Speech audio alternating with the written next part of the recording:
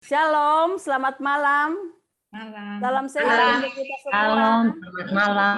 Selamat sehat untuk kita Sepatutnya lah kita menaikkan puji dan syukur kepada Tuhan karena kasih dan anugerahnya sehingga kita boleh diperjumpakan saat ini sekalipun melalui media atau virtual. Perkenankan saya untuk menyampaikan rangkaian acara yang akan kita lalui bersama. Pertama, pembukaan, doa, sebentar akan dipimpin oleh Ibu Dr. Eta Rumpa. Kedua, laporan kegiatan oleh Ibu Erli selaku Ketua Bidang 2 dan sepatah kata dari pengurus pusat PWGT. Dalam hal ini akan disampaikan Ibu Dice selaku Ketua PWGT. Ketiga, kita akan bersama menerima materi yang akan dibawakan oleh Bapak Dr. Filemon Suryawan, didampingi Ibu Abigail sebagai moderator.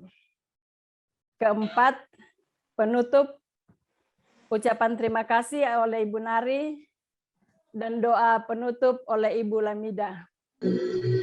Untuk tidak membuang-buang waktu, mari saya undang Ibu Dr. Eta Rumpa untuk memimpin kita dalam doa.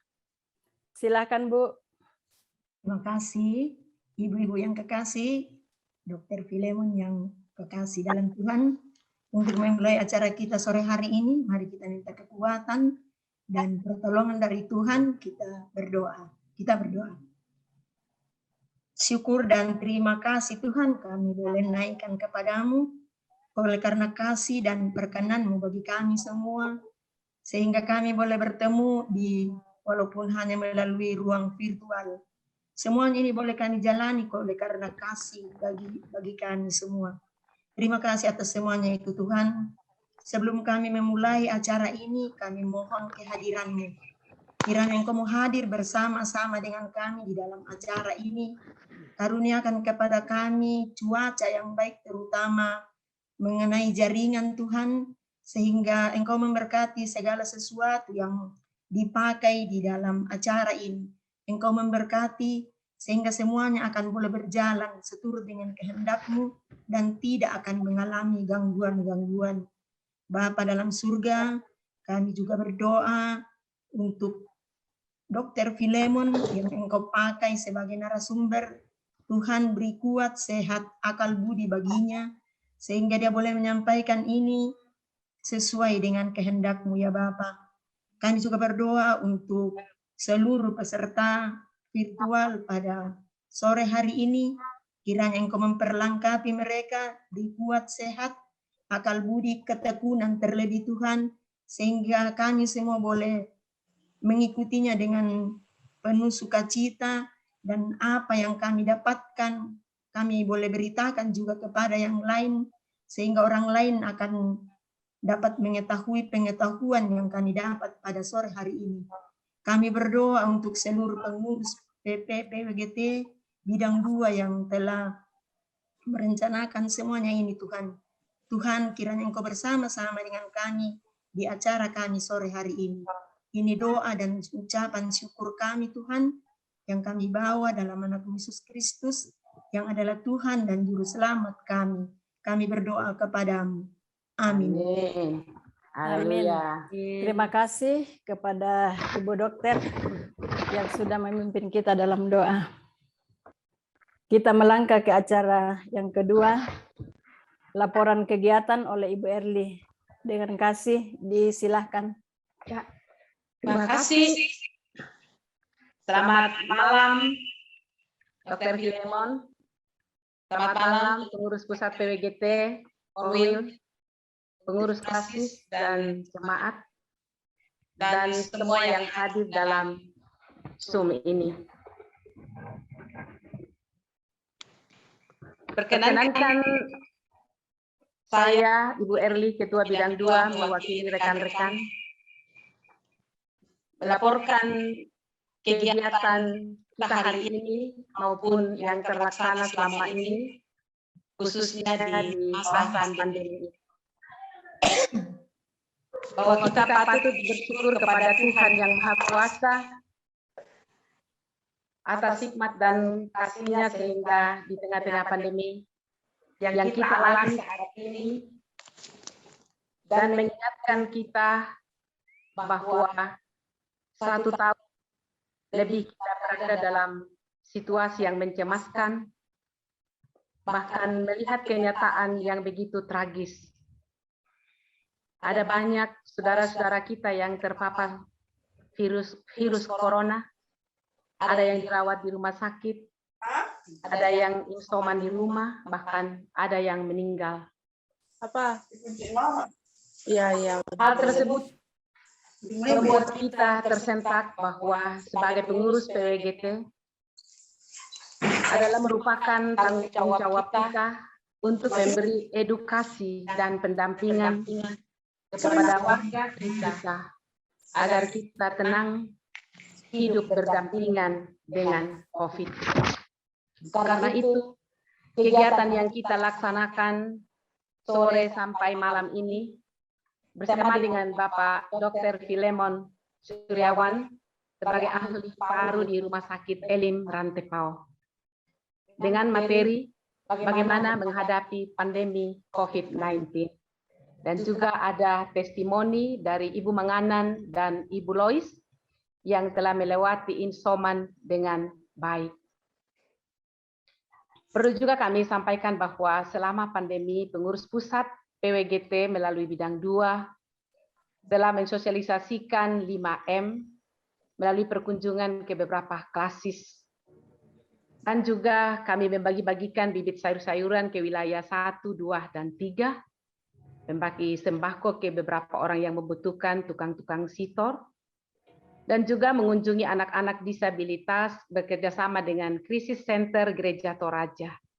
Dan kalau saat ini pengurus pusat melalui bidang 2, kita akan bersama-sama dengan Dr. Filemon akan berbagi informasi kepada kita semua.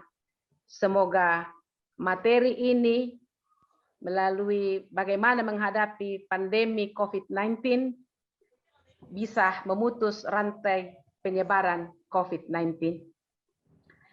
Perlu kami sampaikan bahwa kegiatan ini diikuti oleh pengurus pusat PWGT, Korwil, pengurus klasis dalam lingkup Gereja Toraja. Yang tentunya kita berharap bahwa peserta Zoom saat ini akan meneruskannya kepada anggota kita di jemaat. Dan bila ada yang mau bertanya, disilahkan lewat chatting. Kami berharap kepada kita semua untuk setia mengikuti acara ini sampai selesai. Selamat mengikuti, jayalah PWGT, Tuhan memberkati.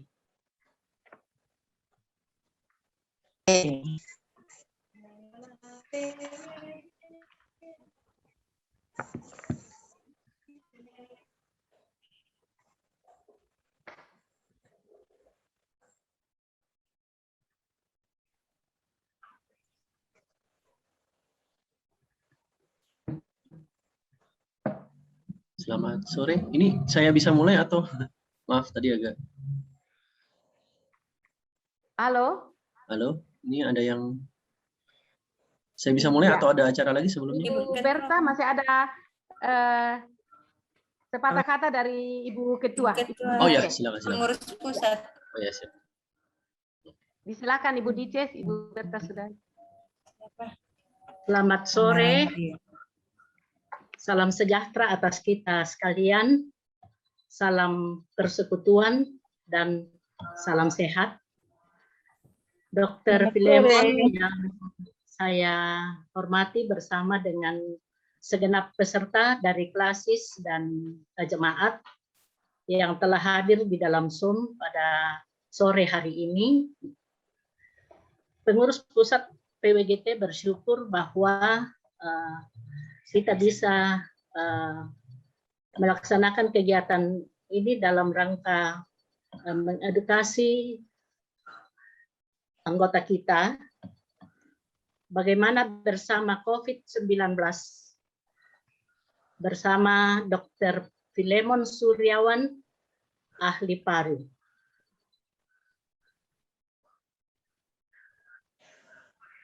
Bapak, Ibu, saudara-saudara pemirsa, dimanapun berada yang dikasihi Tuhan Yesus, pandemi COVID-19 membuat kita betul-betul berada di dalam lembah kekelaman, menyaksikan kenyataan yang mendera daerah, bangsa kita, bahkan dunia. Pandemi COVID-19 adalah tantangan kita bersama. Kasih Kristus menggerakkan kita untuk menatap halayak kita dan jalan bersama untuk melihat kembali. Bukankah virus ini semakin menggelegar karena disebabkan mungkin perlakuan kita terhadap alam yang melampaui maksud Tuhan saat menciptakannya dan ketidakdisiplinan kita mematuhi protokol kesehatan. Kita semua dipanggil untuk menyelamatkan kehidupan. Kegiatan sore sampai malam ini kita akan bersama dengan Dr. Filemon, merupakan salah satu program pengurus pusat PWGT yang diorganize bidang 2, merupakan agenda yang mengingatkan kita bahwa keselamatan warga adalah hukum tertinggi di bangsa ini. Karena itu kesatuan untuk bergerak bersama menjadi penting. Krisislah menggerakkan semua elemen bangsa menuju kesatuan, bekerja sama melampaui perbedaan, bersama pemerintah memutus mata rantai penyebaran virus corona. Sudah banyak hal yang kita lakukan bersama. Karena di sisi lain kenyataan ini memberi ruang bagi kita untuk bersaksi.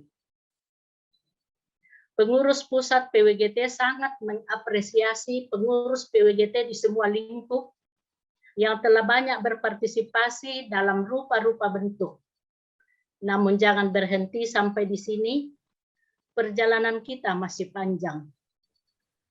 Sebagai ketua pengurus pusat PWGT, saya menghimbau pengurus di semua lingkup untuk terus menyatakan cinta kasihnya melalui berbagi dengan sesama sesuai dengan apa yang ada pada kita.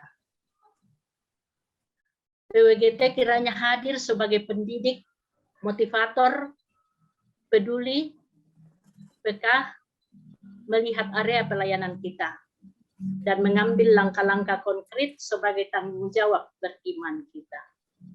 Akhirnya, kami menyampaikan terima kasih kepada Dr. Filemon yang telah siap berbagi informasi. Doa kami, dokter tetap sehat dan diberkati Tuhan, menjadi saluran berkat bagi sesama. Terima kasih kepada BPS Gereja Toraja yang selalu mendampingi kami. Rekan-rekan pengurus pusat PWGT dan secara khusus bidang 2 yang telah merealisasikan salah satu program PWGT 2021 pada saat ini. Terima kasih kepada semua ketua PWGT Klasis dan jemaat bersama seluruh anggota yang saya menggerakkan tanggung jawab pelayanan yang Tuhan berikan.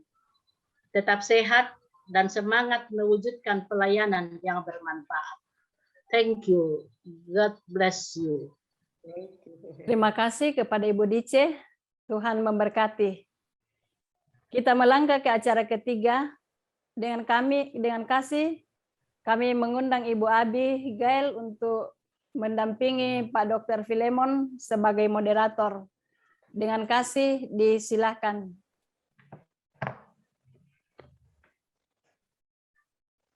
Terima kasih. Salam sejahtera bagi kita semua.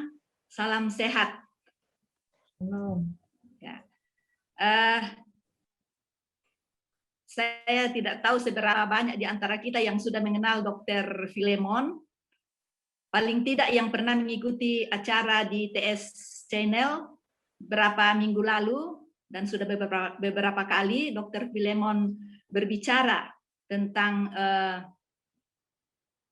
kesehatan, khususnya di masa-masa pandemi COVID ini. Kata orang tak kenal maka tak sayang ya, jadi tidak ada salahnya saya perkenalkan dulu sedikit supaya hubungan kita lebih lancar, percakapan kita lebih lancar dengan Pak Dokter. Jadi Dr. Filemon selesai pendidikan dokter umum di UI, Universitas Indonesia tahun 2011. Lalu datang di Rumah Sakit Elim mengabdi tahun 2013 sampai 2014. Selanjutnya 2015 mengikuti program pendidikan dokter spesialis pulmonologi dan kedokteran respirasi di UI juga. Dan 2019 sampai sekarang sebagai spesialis paru penuh waktu di Rumah Sakit Elim Rantepao. Jadi kita bersyukur bahwa Dr. Filemon yang bukan warga Toraja, tetapi mau datang di Toraja untuk mengabdi, di mana kita ketahui bahwa pengalaman Dr. Filemon selama bekerja di Rumah Sakit Elim, ada begitu banyak masyarakat kita yang bermasalah dengan paru-parunya. Nanti dokter akan jelaskan juga. Ya. Jadi Dr. Filemon ini kelahiran Surabaya 13 November 88. Dicatat Ibu supaya paling tidak nanti ada ucapan selamat ulang tahun untuk Dr. Filemon. Dan Dr. Filemon sudah mempunyai seorang istri dan seorang anak. Ya, dokter? Iya, satu istri, satu anak. Ya, satu anak. Satu aja istrinya. Dan istri, mama dari anaknya Dr. Filemon ini juga adalah seorang dokter, ya? Iya. Ahli akupuntur. Akupuntur, spesialis akupuntur. Ya, tapi untuk sementara Ibu masih fokus di mendampingi anak. Spesialis anak dulu sebentar. Oh iya. Mendampingi anak. Jadi sejalan juga dengan program PWGT ini, Dok. Anak perlu untuk pendampingan. Nah, saya kira itu sedikit untuk tidak membuang waktu. Saya persilakan dokter untuk mengisi acara selanjutnya. Silakan dokter. Selamat malam para ibu yang dikasih oleh Tuhan, teman-teman mungkin ada sejawat juga di sini ya. Ya, saya bersyukur dikasih kesempatan. Sebenarnya itu saya juga kayaknya baru beberapa minggu yang lalu ada materi juga ya. Cuman nggak apa-apa. Memang saya lihat kan memang kasusnya lagi meledak ya. Sebenarnya sih pinginnya saya sudah bilang apa kalau mau lebih cepat lebih baik hari Minggu kemarin, cuma mungkin terlalu mepet ya. Jadi kita percepat Rabu ini ya. Puji Tuhan hari ini memang kebetulan bisa diselesaikan dengan cepat di rumah sakit, jadi saya bisa siapkan waktu juga. Karena kebetulan hari Senin itu jam 6 sore baru selesai saya kerja. Jadi ya beruntung hari Rabu bisa lebih cepat ya. Mungkin saya akan langsung mulai saja. Saya share screen. Ya, ini sebenarnya slide-nya ya sebenarnya mirip-mirip sama yang kemarin ya, tapi ada yang saya bedakan karena ada materi-materi menurut saya mungkin tidak perlu diulang lagi ya. Ini saya akan lanjut ke materinya. Mana ya? Nah, ini kalau kita lihat ya di websitenya Indonesia punya namanya covid.go.id, covid19.go.id ya. Ini kita bisa lihat kasus aktif yang ada di Indonesia. Ya puji Tuhan sih semenjak PPKM kita lihat angkanya turun sekali. Ini waktu tinggi-tingginya sampai 58.000 kasus dalam sehari. Sekarang ini sehari kasus sekitar 22.000, jadi turun setengahnya kasus baru per hari. Ini dan kita pun di Toraja terasa perbedaannya karena dulu waktu minggu lalu itu kalau lagi malam begini hampir setiap 15 menit pasti ada telepon mau masuk gitu ya. Ini memang sudah terasa sekali sudah berkurang semenjak PPKM. Dan kita tahu sendiri Toraja Utara memang tanggal 22 ya baru stop semua acara-acara kegiatan pesta. Jadi efeknya mungkin agak lebih telat sedikit. Sudah diperkirakan memang minggu ini yang mulai menurun di Toraja ya. Kita lanjut. Ini kita lihatnya sudah mulai menurun. Ini kita gelombang kedua, puncaknya sampai 50.000 kasus per hari. Nah, apa sih yang bisa kita lakukan untuk mengurangi kasus COVID-19 ini? Sebenarnya yang tadi sudah disebutkan oleh Ibu Ketua ya. Jadi memang 5M ya. Memakai masker, menjaga jarak, mencuci tangan, menghindari kerumunan, dan mengurangi mobilitas atau keluar rumah yang tidak perlu. Ya. Apalagi kita tahu sendiri WHO sudah menyatakan bahwa memang COVID ini aerosol. Ya, jadi memang ini ada orang datang di satu tempat, di satu ruangan, dia mengeluarkan dia terpapar, dia memang sakit, dia bicara, dia nyanyi, dia teriak, keluar virusnya di ruangan itu, dalam waktu beberapa jam ke depan itu virusnya akan tetap berterbangan di tempat itu. Ya, nah orang lain yang kemudian masuk ke tempat itu, kalau nggak pakai masker ya, dia dapat full apa yang ada di udara. Ini yang menjadi masalah sekarang. Ya. Nah, kembali lagi saya ingatkan titik lengahnya penularan COVID ini ada banyak. Terutama terutama kita sebagai makhluk sosial, ya kita tahu ini makan bersama, ya makan bersama yang bukan orang serumah. Jadi kalau orang serumah biasanya ya tidak ada masalah, orang kita memang kontak dengan orang serumah. Masalahnya adalah di kantor, mungkin kalau di sini gereja atau mungkin di perkumpulan tertentu, ini hati-hati karena semuanya pasti melepas masker, ya. Kemudian saat foto bersama, ya foto bersama biasanya supaya kelihatan mukanya dibuka dulu maskernya, ya terutama di acara-acara pernikahan, acara-acara tunangan, kita lihat banyak yang buka-buka masker. Nah ini kan kelihatannya simpel, sederhana, tapi kita tidak tahu siapa yang pegang virus, siapa yang bawa virus di tempat itu. Maka itu menjadi titik lengah yang cukup besar. Terutama memang saya lihat kalau di Facebook banyak sekali foto-foto lepas masker, aduh gitu ya. Kalau di ruang terbuka mungkin masih agak mendingan karena udaranya akan membawa virus itu pergi gitu ya. Kemudian ada sinar matahari yang memang virus itu jika terpapar oleh UV, sinar UV ultraviolet, dia memang akan mati atau rusak gitu. Nah, tapi kalau di ruang tertutup ber-AC, nah ini kita harus hati-hati. Kita ekstra hati-hati. Ya. Nah, ini bahasa Inggris saya terjemahkan saja. Jadi ini bagus, makanya saya berikan lagi materinya bahwa memang diteliti penggunaan masker yang satu lapis saja, ini masker 3 lapis ya. Masker 3 lapis yang dipakai satu helai saja. Kemudian ini masker 3 lapis ditambah dengan masker kain luarnya. Terakhir ini masker 3 lapis yang diikat. Ya. Nah, kenapa sih sampai harus diteliti seperti ini? Karena ini. Jadi kita sendiri menyadari bahwa waktu kita pakai masker, yang terutama masker bedah ini, itu selalu di tepi ininya melengkung ya, dan ini udara keluar masuk bebas. Nah ini yang jadi masalah karena jadinya kita harapkan kan semua udara masuk lewat masker, disaring masker baru kita hirup. Kemudian kalau ada orang yang COVID pun dia batuk, harapan kita kan waktu dia nyebar tertahan oleh masker. Nah sedangkan kalau ada lubang berarti ada jalur celah untuk keluar masuk virus dengan jumlah yang banyak. Ya. Nah ini kita lihat nih, kalau orang itu bawa virus antara dia OTG, dia gejalanya ringan atau dia pokoknya dia batuk bersin ya. Nah, ini kalau dia menggunakan masker medis saja yang masker 3 lapis itu satu biji dipakai itu hanya 56%. Jadi ada sekitar 44% partikel yang menyebar ya. Kita hitungnya aja. Kalau persen kelihatannya masih cukup lumayan nih 56%, tapi 44% ini dihitung dari berapa juta virus yang setiap kita berbatuk atau bersin keluar. Jadi itu jumlahnya cukup banyak. Ya. Nah kalau masker kain saja itu sekitar hanya 51%. Nah masker yang medis dan yang kain di double itu bisa sampai 85%. Nah kalau masker yang diikat, masker medis yang diikat itu sekitar 77%. Jadi begini, sebenarnya saya juga akhir-akhir ini saya sering lihat orang pakai masker bedah 2 lapis ya, masker bedahnya di 2 lapis. Sebenarnya tujuan masker kain yang di luar itu bukan untuk menambah lapisan, tapi lebih karena masker kain biasanya lebih kencang. Jadi kalau masker kain itu kita tahu dia nempel semua di muka, di pipi ya. Jadi kalau masker kain ada masker medis ada lubang di sini ya, mana sih? Nah, di sini kalau masker kain itu dipakai untuk nutup itu.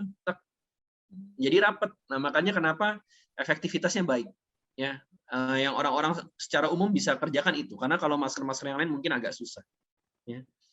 Nah ini kita secara sederhana saja saya percepat ya. Intinya kita lihat kalau dua-duanya antara sumber penular virus sama penerimanya ini kita yang sehat ya. Misalnya sumbernya menggunakan masker kombinasi tadi, masker itu dan kain, kemudian orang-orang yang di luar juga masker yang intinya rapat ya. Itu kok efektivitasnya sekitar 96%.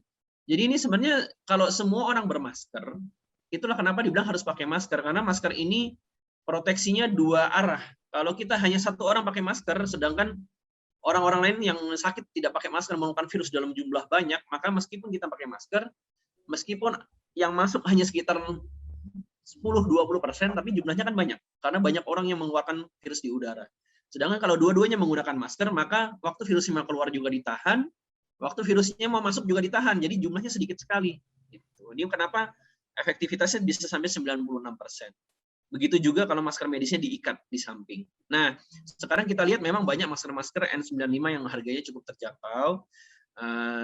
Masalahnya adalah satu, saya tidak tahu efektivitas maskernya apakah benar itu KN95, karena ada saya lihat harganya memang murah sekali, menyerupai harga masker bedah biasa. Saya nggak tahu.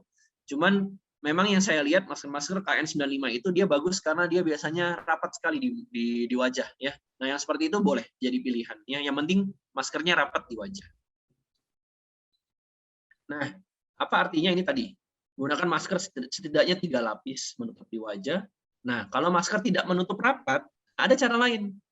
Kita menggunakan masker kain tadi sebagai pengencangnya. Kemudian ada namanya mask fitter atau brace. Jadi, nah ini seperti ada di gambar kita lihat, ya. Jadi dia memang memaksa supaya maskernya nempel sama bagian pipi kita. Ini nggak apa-apa.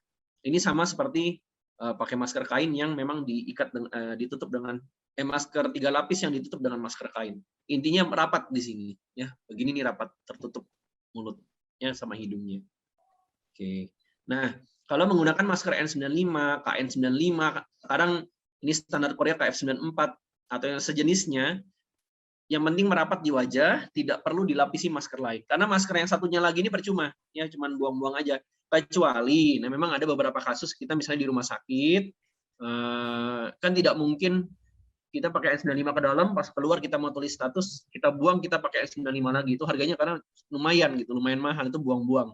Jadi akhirnya kita tutupin dengan masker medis di luarnya. Jadi waktu kita keluar dari ruangan isolasi, kita lepas masker medis, ya masker ini dalam masih tetap kita pakai. Supaya kan yang bekas kena virusnya yang paling depan, ya.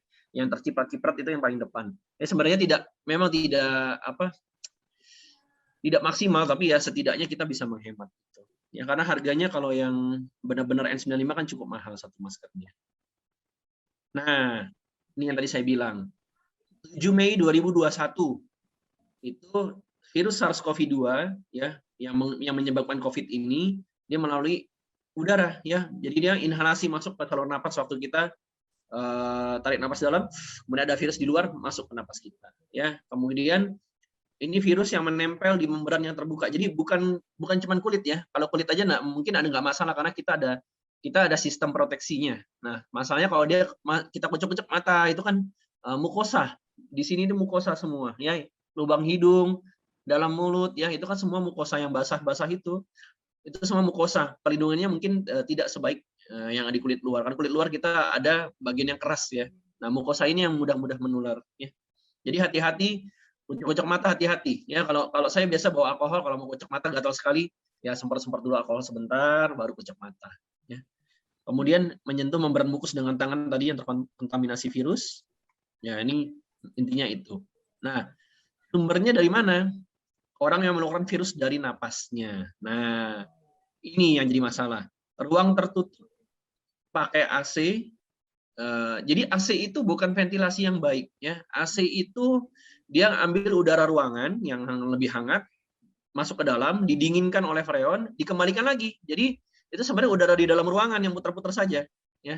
Jadi bukan udara dari luar masuk ke dalam, enggak. Jadi sebenarnya kalau AC itu sebenarnya ventilasinya tidak baik. Ya. Jadi kalau ini AC, kemudian kita tahu kan AC filternya, kita pernah lihat filter AC ya, itu kan ya nggak ada kecil-kecilnya, masih lubang-lubang banyak, besar-besar sekali lubangnya. Itu kan bukan filter untuk bakteri gitu. Jadi hati-hati di ruang ber-AC, selalu pakai masker semua orang yang ada di situ. Kemudian intensitas suara yang lebih besar, misalnya orang olahraga lari, napasnya akan cepat, berteriak, bernyanyi. Nah ini memang terutama kalau ini ya kegiatan rohani, pasti kan ada grup bernyanyi segala macam. Nah ini juga jumlah yang dikeluarkan lebih banyak. Kalau semuanya sehat tidak apa-apa, tapi kan kita tidak tahu mana yang bawa virus, itu intinya ya. Bisa jadi orang-orang yang kelihatan sehat itu OTG, dia baik-baik tapi dia bawa virus banyak. Nah Sebelah-sebelahnya ada orang yang berumur lebih tua, kebetulan kena dari dia. Nah, itu lebih berat di dia gejalanya. Itu jadi masalah COVID ini. Ya. Kemudian dalam waktu yang lama, karena menurut perhitungan butuh waktu sekitar lebih dari 15 menit, orang itu ada di satu ruangan sampai jumlah virusnya cukup untuk menulari yang lain. Gitu. Ya, makanya kan biasanya kalau kontak erat itu dulu sempat dibilang lebih dari 15 menit bertemu dengan orang yang sama, semua di ruangan yang sama, itu dianggap kontak erat. Tapi kalau sekarang sepertinya serumah saja sudah langsung dapat karena varian Delta ini ya. Itu. Berapa lama sih virus ini bertahan nih? Saya kasih lihat nih, ini saya kasih ini di udara ya. Dia sampai 3 jam masih di batas tinggi. Jadi turunnya lama sekali. Ya, jumlah virusnya turunnya lama sekali. Kalau di ini koper itu kalau saya tembaga ya, tembaga, terus ini kardus ya. Dalam berapa menit, dalam hitungan jam ya, kok ini 24 jam aja itu sudah turunnya. Ini juga kardus 24 jam sudah jumlahnya sedikit. Kalau di besi memang lebih lama, bisa sampai 24-48 jam. Kalau plastik lebih lama lagi, bisa sampai 3 hari. Nah, ini makanya tetap apapun yang terjadi, barang-barang kalau masuk ke rumah kita disinfektan dulu. Amannya begitu ya. Nah, ini tadi yang saya bilang ya, kita lanjut aja. Nah, ini yang kita bahas sekarang yang pentingnya kan, kita mau bahas tentang isolasi karena sekarang banyak kasus isolasi di rumah sendiri ya. Nah, ini sudah ada di Kemenkes sebenarnya. Ya, kalau isolasi itu ya di rumah ya, jangan keluar rumah. Kemudian kalau bisa kamarnya terpisah, kamar sendiri dari anggota keluarga lain yang sehat ya. Kalau keluarga lainnya biasanya kalau sama-sama positif ya sudah. Biasanya kita memang sarankan saling mengurusi satu sama lain di rumah itu ya. Nah, jaga jarak lebih dari 1 meter dengan orang lain ya. Gunakan masker selama isolasi diri. Yang sakit maupun yang merawat harus pakai masker. Ya, lebih baik menggunakan masker untuk mengurangi jumlah virus yang terhirup. Ya. Ukur suhu tubuh setiap hari. Nah, ini dari WHO dibilang sebaiknya pagi dan malam itu hitung suhu tubuh, kemudian saturasi oksigen. Ya, pulus itu saya lihat harganya sekarang sudah banyak yang murah ya, yang masuk 100.000 saja sudah dapat. Kalau dulu yang bagus-bagus bisa sampai 500, agak mahal ya. 100.000 sudah dapat, itu menurut saya perlu dimiliki oleh setiap rumah setidaknya untuk jaga-jaga, untuk mengecek ya. Kemudian hitung laju napas. Jadi cara menghitung napas itu ini kalau bisa yang menghitung orang lain, jangan dia sendiri. Karena kalau dianya panik, dia hitung napasnya bisa cepat ya. Waktu orang itu lagi duduk beristirahat, kita hitung dalam 1 menit 60 detik, kita lihat jam, dia berapa kali tarik napas. 1, 2. Nah, itu dalam 1 menit berapa kali? Batasnya normal itu memang biasanya sampai 24 kali itu normal. Di bawah 24 kali normal. Beberapa penyakit seperti penyakit jantung atau memang dia punya penyakit paru, ya kalau memang sudah biasa, Dok, memang dia udah biasa napasnya segitu 28, Dok. Semenit itu 28 kali, emang napas agak cepat, ya nggak apa-apa. Nah, tiba-tiba dia naik sampai di atas 30 kali, ini sudah berbahaya ya, berarti dia sudah mulai sesak nih. Nah, kalau saturasi oksigen patokannya di bawah 95%, jadi normalnya 95 ke atas. Begitu dia nyentuh angka 94, sudah mulai 94 ke bawah. Nah, ini mulai hati-hati. Kalau bisa dibawa ke rumah sakit, kalau memang masih penuh sekali, setidaknya jaga-jaga. Jadi mulai konsultasi dengan dokter. Bisa melalui telemedicine, bisa melalui dokter yang dipercaya, atau misalnya ada kenalan-kenalan, silakan ya berkonsultasi supaya bisa diobati. Ya. Kemudian hindari pemakaian alat makan, alat mandi kalau bisa dipisah ya, handuk, sikat gigi, semua pisah ya. Kalau memang terpaksa di satu rumah ini, Dok, kamar mandi ini cuma 1, Dok, terus gantungan juga sedikit, ya udah setiap orang mau mandi bawa handuk ke dalam, selesai mandi bawa handuk keluar. Kalau semuanya sakit dalam satu rumah mungkin masih lebih tidak bermasalah ya. Masalahnya kalau ada yang sehat ada yang sakit, ya berarti habis orang ini masuk yang sakit, ya sebisa mungkin coba didesinfektan ya. Disinfektan pilihannya banyak, bisa disemprot-semprot dengan alkohol, bisa dengan klorin yang sudah dicampur, atau UV ultraviolet yang biru itu ya. Ultraviolet yang biru yang banyak dijual sekarang. Hati-hati yang pasti kalau ultraviolet tidak boleh kita ada di tempat itu, karena itu ultravioletnya mengiritasi mata, kulit dan segala macam, bisa merusak ya. Nah, perilaku hidup bersih sehat, cuci tangan, makan makanan bergizi, ya. Orang yang merawat juga sebelum masuk cuci tangan, setelah keluar cuci tangan. Jadi memang saat ini semua orang dipaksa menjadi perawat dan dokter masing-masing di rumahnya. Jadi memang harus begini, ya. Berjemur di matahari, di bawah sinar matahari, cuman mungkin lihat-lihat sinar mataharinya jam berapa, jangan yang terlalu panas, nggak sehat juga, ya. Bersihkan permukaan benda yang sering disentuh dengan disinfektan. Ini tadi saya bilang alkohol, bisa klorin yang sudah digabung, dicampur, atau biasanya kan sekarang sudah banyak yang jual, ya. Perusahaan-perusahaan sudah banyak yang jual cairan-cairan untuk membersihkan permukaan, itu boleh dipakai, ya. Nah, ini beda hotline-nya. Nah, ini hubungi, kalau saya hubungi puskesmas terdekat atau hubungi rumah sakit terdekat kalau memang ada bermasalah, ya. Oke. Nah, yang wajib diperhatikan ini, napas cepat lebih dari 30 kali per menit yang saya ajarkan. Oksigen 94% ke bawah, ya. Nah, berapa lama sih isolasinya? Nih, kalau tanpa gejala, kadang, jadi kalau di Jakarta, saya nggak tahu, kalau kota-kota besar memang banyak swab mandiri yang bisa bayar sendiri. Itu dia misalnya nggak ada gejala, tapi oh ini adik saya sakit nih, saya swab deh, tetap positif. Tapi nggak pernah ada gejala. Hitung saja 10 hari sejak pengambilan sampelnya itu positif. Ya, misalnya diambil tanggal 1.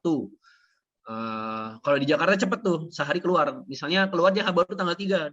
Oh, tanggal 3 keluar hasil positif, tetap dihitung dari tanggal 1. Itu 10 hari sejak tanggal 1 dihitung.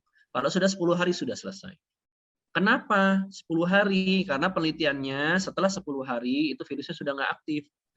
PCR-nya positif pun bisa sampai bulan kedua positif PCR-nya, PCR-nya itu positif, tapi sebenarnya waktu ditanam virusnya sudah nggak bisa tumbuh, jadi sudah tidak aktif.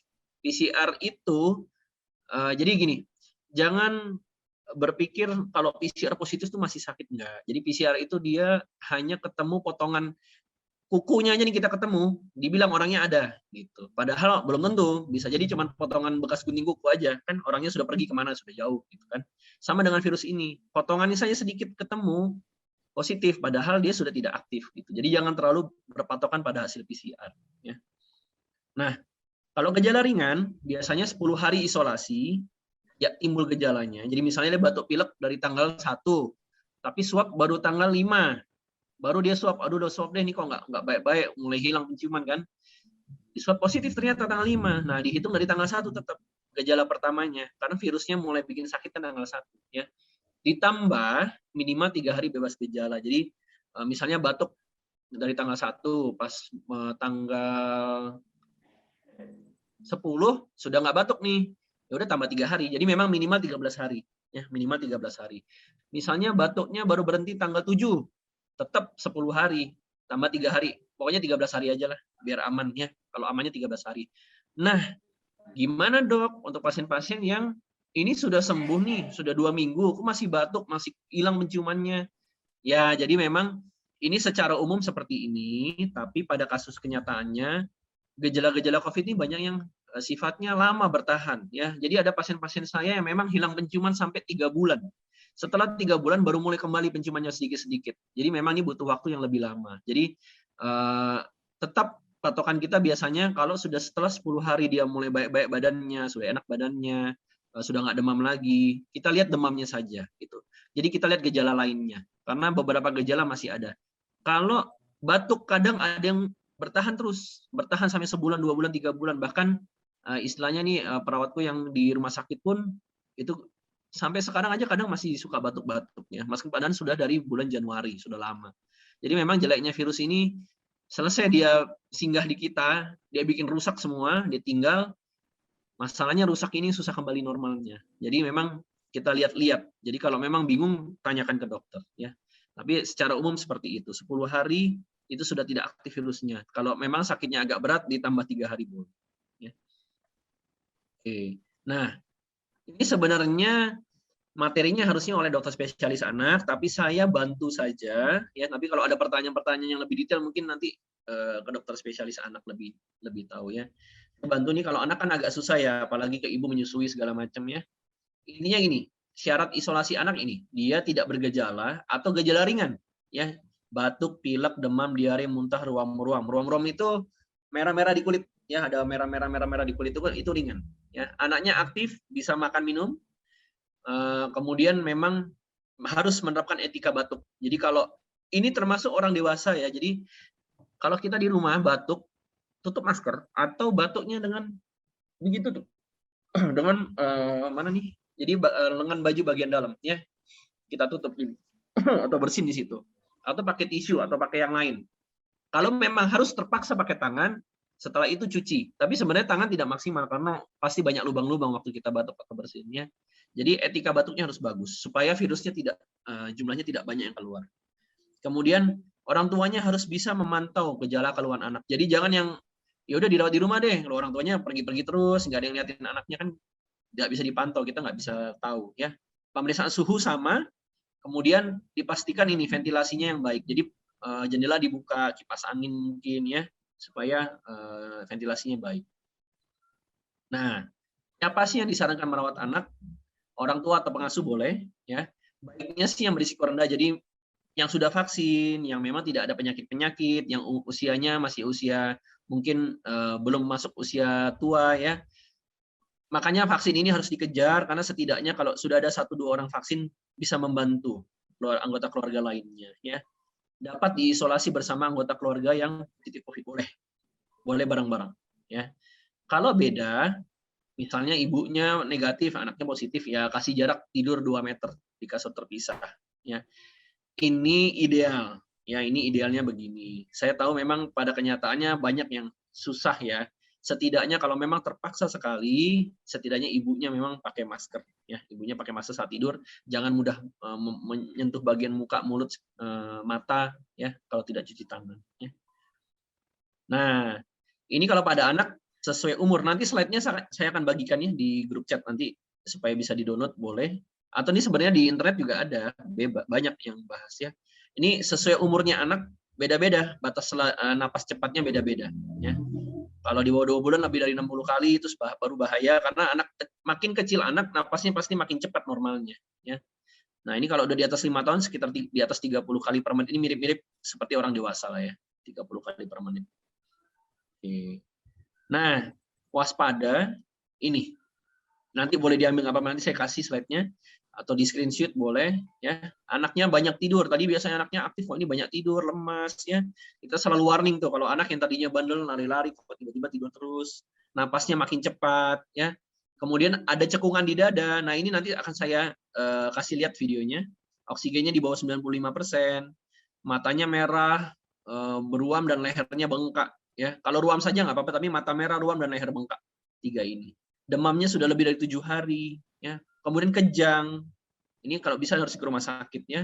Tidak bisa makan dan minum, matanya cekung seperti orang yang dehidrasi, kencingnya berkurang dan terjadi penurunan kesadaran. Ini harus hati-hati, sebaiknya lebih cepat dibawa ke rumah sakit, meskipun pada anak jarang, ya.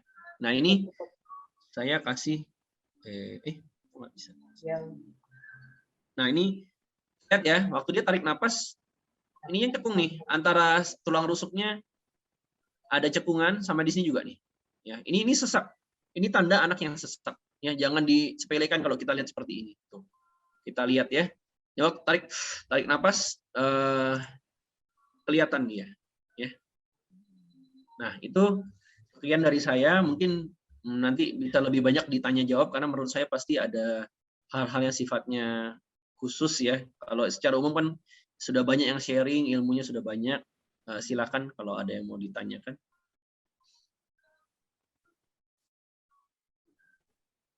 Ya, kepada Ibu. Ya, terima kasih Dr. Filemon. Terima kasih pemaparannya, sangat menarik. Waktu kita ada 1 jam lagi ya, sampai jam 8 kita nanti. Mudah-mudahan dokter masih bisa untuk melayani pertanyaan-pertanyaan. Dan sekira kalau ada pertanyaan yang kalau banyak penanya maka akan bisa melalui chatting ya, di chat. Oh ya, ini ada satu langsung saya jawab ya Bu ya. Ada pertanyaan satu. Ya boleh ya. Ya, selamat malam Ibu Luciana, terima kasih pertanyaannya. Jadi, nah emang sebelum kita tahu sebab-sebab ini kita harus tahu kita harus tahu memang perjalanan penyakit. Memang COVID ini penyakit baru 2 tahun, tapi sudah lumayan banyak yang kita ketahui sampai saat ini. Dulu awal-awal COVID itu yang bikin serem adalah parunya ya. Jadi dahak yang kental sekali tidak bisa keluar. Jadi di awal-awal tuh dulu orang semua dikasih pengencer dahak. Tapi dilihat loh, kok banyak yang kita sudah kasih pengencer dahaknya sudah keluar. Kenapa masih sesak sekali? Nah, makin ke sini tertahuanlah bahwa si COVID ini radangnya nggak cuma di paru, jadi dia radangnya meluas. Kalau kita belajar, ini kalau orang kedokter nggak apa-apa, tapi saya coba kasih sedikit supaya ada tahu-tahu sedikit ya. Jadi si virus ini memang nempelnya di reseptor yang namanya ACE2 ya, ACE2. Nah, reseptor ACE2 ini ternyata banyak di badan kita, di mana-mana ada. Ada di jantung, ada di paru, ada di pembuluh darah. Jumlahnya banyak, makanya setiap orang beda-beda. Ada yang keluhannya mencret, ada yang keluhannya demam saja, ada yang keluhannya sesak. Ya. Nah, waktu virus ini masuk, dia bikin peradangan, dia bikin badai peradangan di mana-mana. Selain di paru, ya, yang dulu kan ngerinya kita paru sampai putih-putih semua. Nah, ini orang sudah sembuh nih dok, sudah bagus. Nah, ada masalah baru, itu adalah waktu dia bikin peradangan di pembuluh darah, dia menyebabkan ada sumbatan-sumbatan kecil yang jumlahnya banyak, ya, namanya mikrotrombosis. Jadi trombosis banyak, jadi sumbatan, jadi dia membentuk istilahnya apa ya? Dia kayak kalau kita lihat sampah di sungai, ya, dia nyangkut sedikit, nah itu numpuk banyak tuh, ya. Jadi pembentukan sampah itu banyak di jalur sungai, di jalur pembuluh darah kita. Nah, pada suatu saat sumbatan itu dia bisa lepas, lari. Jadi misalnya pembuluh darah yang banyak misalnya kita tahu kan ini jantung, ya. Kita terima salur kita terima dari pembuluh darah atas sama bawah. Nah, ini masuk ke jantung. Setelah masuk ke jantung, sumbatannya itu dia masuk ke paru. Nah, yang sering bermasalah adalah sumbatan ini nyangkut di pembuluh darah besarnya paru. Sedangkan kita tahu bahwa ini mah jadinya ilmu kedokteran ya, maaf ya. Jadi paru itu bernafas, tidak hanya oksigen masuk ke paru, ya. Jadi waktu oksigen itu masuk ke paru, di paru itu dia butuh bertukaran. Jadi tukeran sama jadi ini parunya, ini pembuluh darahnya lewat nih. Nah, pembuluh darah ini bawa darah yang kadar oksigennya sedikit, sudah kepake sama badan kita. Nah, di paru banyak nih, bikin tukeran mereka. Ya, oksigennya pindah ke pembuluh darah yang sedikit oksigennya ini. Nah, dari darah ada gas namanya karbon dioksida, dia keluar ke paru. Jadi tukeran, begitu. Nah, kita bayangkan kalau oksigennya oke deh, oksigennya masuk ke paru, tapi pembuluh darahnya terhambat, nggak jalan, gitu. Jadi siapa yang bawa oksigennya ke badan kita? Nggak ada. Nah, ini yang memang banyak terjadi pasiennya. Jadi di Elim pun ada beberapa kasus kami terima, dia sebenarnya sudah hari ke-10 gejalanya. Jadi secara logika kan itu sudah selesai, masa infeksi sudah selesai harusnya ya. Besoknya itu sudah aman, harusnya virus sudah nggak aktif. Tapi pada akhirnya dia memburuk, kemudian meninggal. Oksigennya pun turunnya cepat sekali. Nah, ini kasus-kasus seperti ini waktu kita coba periksa, ya kita curiganya itu. Jadi ada namanya emboli paru, penyumbatan pembuluh darah di paru yang bikin dia tiba-tiba sesak kemudian bisa sampai meninggal. Nah, penyumbatan ini nggak hanya terjadi di paru, bisa di jantung, serangan jantung, bisa di otak jadi stroke. Jadi makanya beberapa kasus sekarang di dimer itu dicek terus meskipun sudah sembuh ya. Nah, sayang sekali memang di Toraja ini kita belum ada pemeriksaan seperti itu, dan harganya juga lumayan kalau diperiksa ya. 400.000, 500.000, apa 600.000 saya kurang ingat ya. Nah, ini siapa sih yang rentan terjadi ini? Biasanya memang orang-orang dengan penyakit tertentu, misalnya diabetes, penyakit gula darah tinggi ya. Nah, kalau anak jujur saya kurang begitu tahu, tapi setahu saya anak tuh biasa gejalanya ringan ya. Nah, sama satu lagi, orang yang sudah divaksin. Jadi orang-orang yang sudah divaksin ini rata-rata gejalanya ringan saja. Jarang sekali yang sampai ada memang 1-2 yang sampai masuk rumah sakit, mungkin ada yang meninggal, mungkin ada. Tapi jumlahnya dibandingkan yang tidak vaksin itu berbeda jauh. Rata-rata pasien kita rawat rata-rata belum vaksin semua. Kalau yang sampai berat-berat sekali rata-rata belum vaksin. Ada 1-2 saja yang sudah vaksin. Ya, itu dari saya kepada Ibu Luciana. Mungkin panjang memang itu harus tahu perjalanan penyakit. Tapi memang begitu. Jadi COVID ini bukan serta-merta penyakit paru saja, tapi penyakit pembuluh darah juga. Ya. Oke. Saya langsung lanjut saja ya Bu ya, Bu Iya, Abigail. iya bisa. Nah, Langsung saja. Bu. Ini pada Ibu Louis ujian ya, Ibu Louis penanganan pada orang yang selesai COVID. Kalau selesai COVID sebenarnya sudah selesai, tergantung keluhannya apa. Kalau dia sehat-sehat saja ya sebenarnya sudah selesai, ya tidak ada masalah. Ya. Kemudian obat-obat sebenarnya paling suplemen, nggak apa-apa, boleh. Vitamin tapi dosis rendah ya, bukan dosis. Kalau dosis yang diberikan pada pasien COVID itu dosisnya tinggi. Vitamin C sampai 1000 itu tinggi, biasanya 500 sehari cukup. Kemudian vitamin B boleh, beli saja multivitamin yang sudah dalam satu tablet itu, jadi gampang kan, sehari satu cukup. Ya, tetap istirahat cukup, 5M tetap harus dikerjakan. Ya.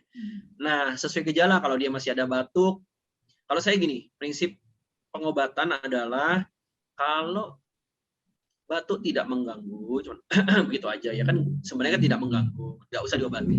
Ya. Kalau memang batuknya mengganggu, baru silakan maksudku cari dokter untuk dilihat ini batuknya dari mana. Apakah memang di paru masih ada masalah, apa fungsi parunya bermasalah. Memang beberapa pasien pun ada yang saya berikan obat inhalasi, jadi obat yang dihisap begitu supaya parunya lega, napasnya lebih lega, sesaknya berkurang. Ya, jadi tergantung keluhannya apa setelah COVID. Terutama yang berat-berat ini memang biasanya yang banyak gejala-gejala sisanya. Ya, itu sih kepada Bu Louis ya. Nah, sekarang kepada ini Asda, Ibu Asda atau ini Ibu semua ya? Atau ada Ibu, ya, Ibu Asda itu Ibu atau namanya saya Ibu Asda itu Ibu ya, Ibu Asda.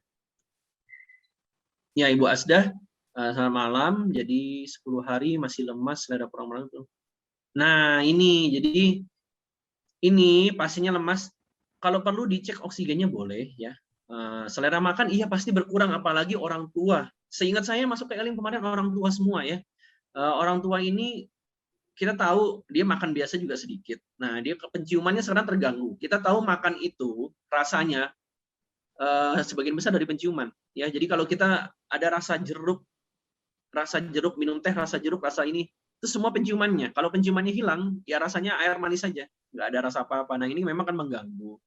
Jadi memang kalau memang susah makannya, ini sebenarnya bisa ya ditanya ke dokter gizi, boleh konsultasi dengan dokter gizi, di masuk Elim boleh, di prakteknya boleh, tapi boleh sebagai yang bisa kita kerjakan, beli susu-susu yang pengganti makanan. Banyak merek-mereknya, setahu saya ada Entrasol, ada Entrasure, banyak ya. Maksudnya ya itu ada susu pengganti makanan. Jadi kalau memang dia makannya susah, itu susu yang dikasih. Memang harganya lumayan, tapi setidaknya berikan saja minum itu. Setidaknya harus ada yang dia makan, harus ada yang dia minum, karena setiap dia tidak makan minum itu usus-usus yang harusnya digunakan untuk mencerna akan lama-lama dia ininya gini, sama kayak tangan kita, kalau kita diamkan saja nggak pakai selama 1 bulan, nggak gerak sama sekali, maka ototnya akan mengecil. Kita lihat kalau orang-orang yang sakit, yang stroke biasanya kakinya jarang dipakai, dia akan mengecil ototnya. Sama dengan usus kita. Jadi usahakan ada makanan yang masuk sedikit banyak, ada yang masuk. Kalau memang susah, coba berikan susu. Jadi yang cepat diminum gula-gula selesai gitu ya. Kalau bingung, saran saya ketemu dengan dokter gizi untuk tanya, minta menunya gimana dok? Apakah dibikinkan bubur saring yang kira-kira kadar nutrisinya cukup? Boleh ditanya ke dokter gizi. Kalau saya kebetulan saya nggak belajar banyak mengenai itu makanannya. Yang saya tahu yaitu susu penggantinya boleh dijadikan sebuah pilihan. Ya. Oke. bisa serelak. Oh, ya. Ya, serelak saya kurang tahu ya. Cuman bubur bayi. Ya, ada ininya Bu. Jadi ada kalori. Jadi kita harus hitung kalorinya. Orang sekali makan berapa kalori, dan itu ada hitungannya sebenarnya. Orang berat badan berapa, kalorinya berapa. Kalau sakit ditambah berapa persen. Nah, itu dokter gizi memang lebih ahli, tapi boleh daripada dia nggak bisa makan, boleh kasih snack-snack itu yang serelak itu ya biasanya ya. Boleh itu snack, tapi secara umum sehari itu harus ada makanan yang masuk. Nggak mungkin kita kasih hanya serelak saja, karena kan itu kan nggak lengkap nutrisinya. Kita kan butuh banyak, ada protein, lemak, karbohidrat, semuanya lengkap. Ya. Tapi kalau susu itu setahu saya lumayan bagus itu susu itu. Ya. Serelak sebagai tambahan-tambahan saja boleh. Kemudian kepada Ibu Elizabeth Pagiling, ya. Cara menghindari di dalam rumah ada yang positif dan ada yang negatif. Nah, ini tadi yang sudah saya sebutkan. Kalau bisa kamarnya pisah, peralatan makan, mandi, semua dipisah kalau bisa. Kalau memang terpaksa kamar mandi cuma 1, ya gantian. Jadi orang yang masuk nanti setelah dikeluar, anduknya bawa keluar, alat mandinya bawa keluar semua. Nanti pas masuk dengan alat yang baru. Nah, sebelum kita yang sehat ini masuk, ya desinfektan semprot-semprot saja pakai alkohol sebentar. Karena sekarang ada yang jual spraynya juga ya. Desinfektan spray sebentar, ditutup, ya 5 menit masuk, baru kita mandi bisa. Intinya sih nggak usah terlalu parno sampai gimana, istilahnya itu setidaknya usaha kita gitu ya. Nah, yang Delta ini, jujur aja yang Delta ini rata-rata sekarang kalau satu positif, satu rumah positif karena dia gampang sekali menyebar. Jadi kalau ada yang negatif, kadang saya itu benar negatif nggak ya gitu. Apalagi kalau bergejala ya, misalnya ada 5 orang, 3 orang sakit, 2 negatif nih, yang 3 ini memang positif. Nah yang 2 ini nggak negatif nih, tapi batuk pilek.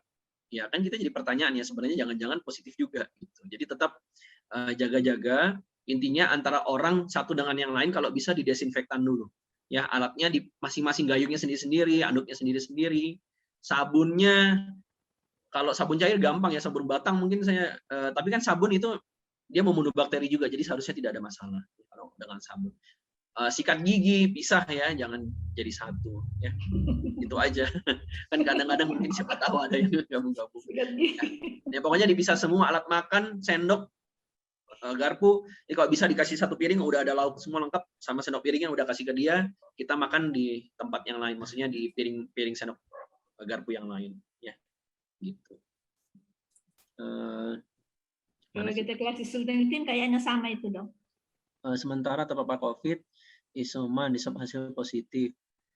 Sekamar suaminya negatif, ngaruh mereka sama kami yang terpapar.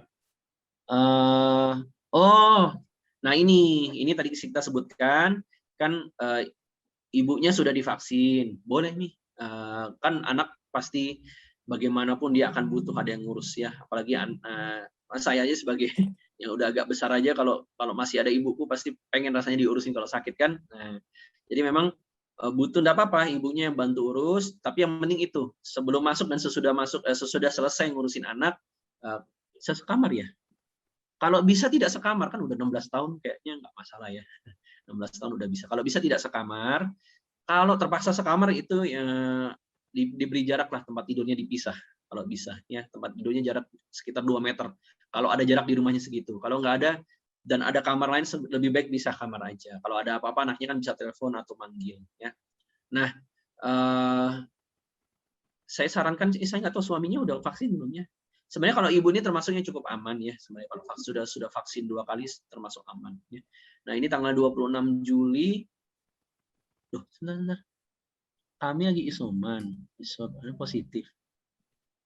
Anak kami. Oh, jadi ibu ini sama anaknya positif. Ya. Oh, ya nggak apa-apa, sekamar aja. Nggak masalah. Justru itu nggak apa-apa, maaf saya salah baca. Suaminya negatif, nah suaminya yang bisa aja cari dulu. tempat. Cari tempat.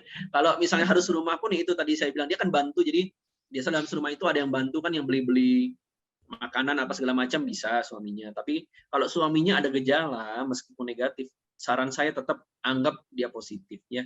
Minta bantu orang lain di luar yang bisa bawakan sayur apa segala macam untuk makan di rumah ya. Tapi kalau memang suaminya yang sehat dan negatif, yaitu suaminya yang belanja, yang istilahnya belanja untuk keperluan rumah. Kan memang itu keluar rumah yang perlu. Kalau nggak siapa yang mau, dari mana makanan dan kebutuhan-kebutuhan di rumah kan? Ya, kalau bisa dipisah. Jadi saya sementara isoman 7 hari. Oh iya, nggak apa-apa. Selera makan dan penciuman terganggu ya.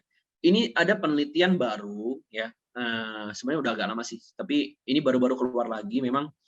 Jadi dia ada keluhan-keluhan pasien, dilihat mana yang kalau keluhannya keluar kemungkinannya jelek gitu ya. Nah, termasuk kalau penciuman terganggu ini, dia termasuk ringan biasanya. Jadi orang-orang yang penciumannya terganggu biasanya tidak sampai ke gejala berat. Biasanya ya.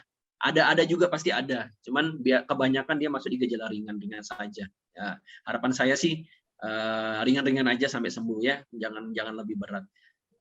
Kalau pokoknya intinya itu, tetap cek suhu sama saturasi oksigen. Kalau suhunya agak panas ya minum obat demam bisa.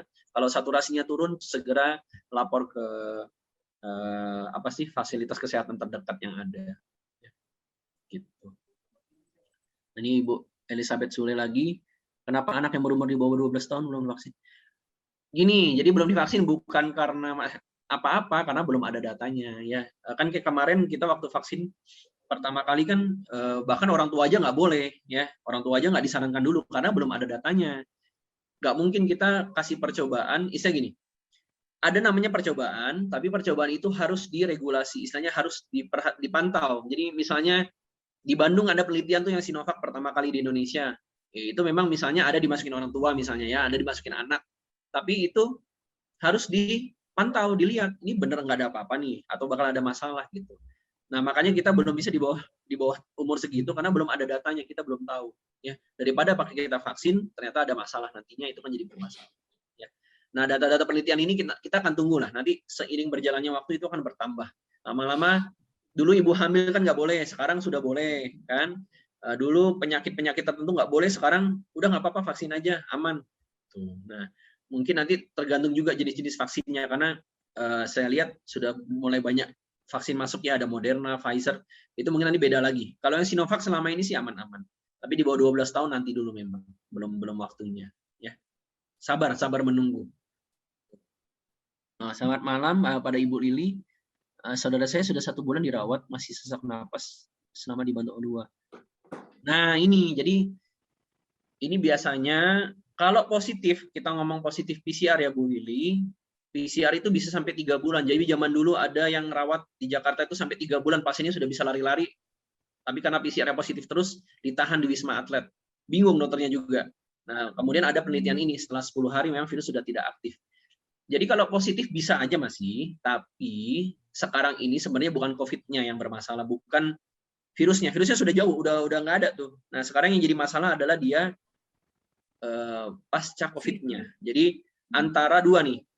Memang kerusakan parunya berat sampai dia masuk di ventilator, biasa masuk ICU ya, masuk ICU, masuk ventilator kan merusak parunya berat sekali. Waktu dia sembuh itu pemulihannya butuh waktu lama sekali, atau bahkan kita nggak tahu nih bisa pulih apa enggak.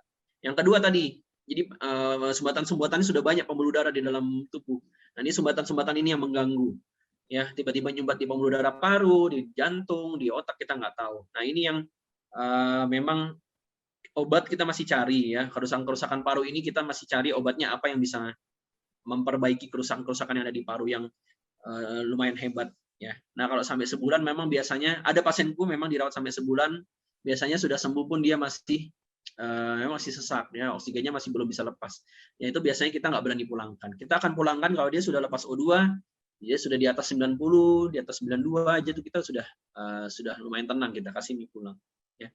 Karena tergantung juga ya rumah sakit. Kalau saya memang agak saya percepat pulang kemarin karena pasien-pasien itu dia banyak pasien-pasien baru yang mau masuk yang lebih berat kondisinya. Jadi yang orang yang sudah mulai perbaikan saya kasih pulang. Tapi kalau memang masih di bawah 90 biasanya saya tidak pulangkan. Ya kalau dia lepas oksigen, tiduran aja lepas oksigen masih di bawah 90-80%, saya nggak berani itu kurang berani ya. Nah jadi COVID-nya mungkin sudah negatif, COVID-nya mungkin masih aja positif, cuman sebenarnya sekarang masalahnya bukan di situ, masalahnya yang lain, organ-organnya yang lagi kemarin bermasalah ya.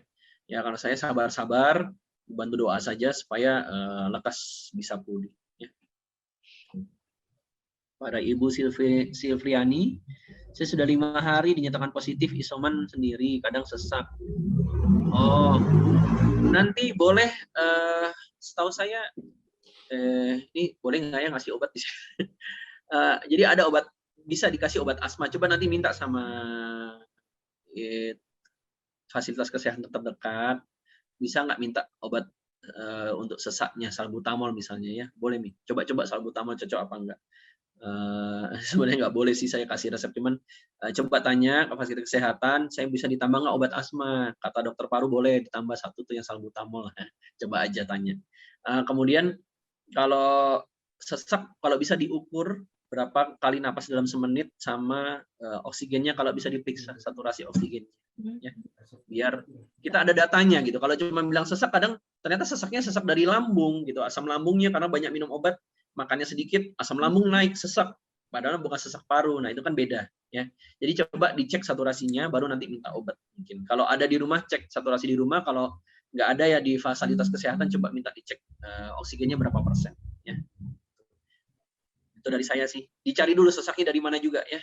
Bisa jadi lambung, bisa sesak memang paru, bisa sesak yang lain. Bisa ternyata gula darahnya naik, jadi sesak juga, tensinya naik, sesak juga. Bisa dari jantung kan kita nggak tahu.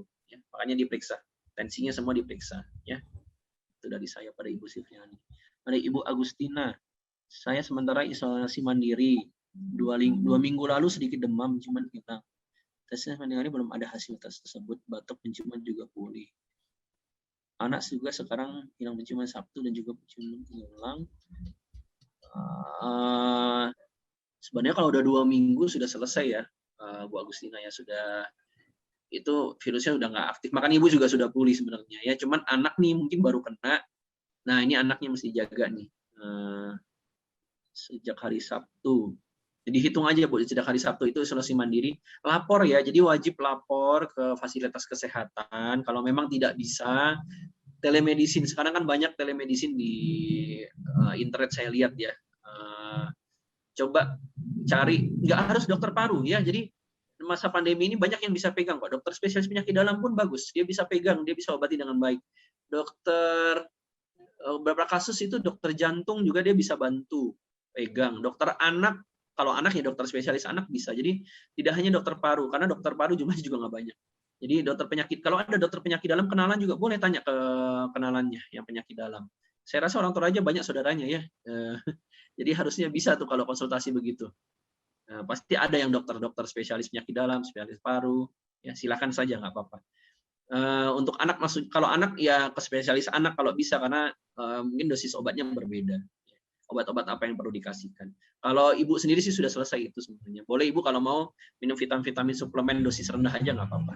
Ya multivitamin yang kalau di Indomaret tuh saya lihat ada Enervonseca, apakah pokoknya yang kalau kita lihat vitamin lengkap ada B, C, A, B, C, D, itu minum aja.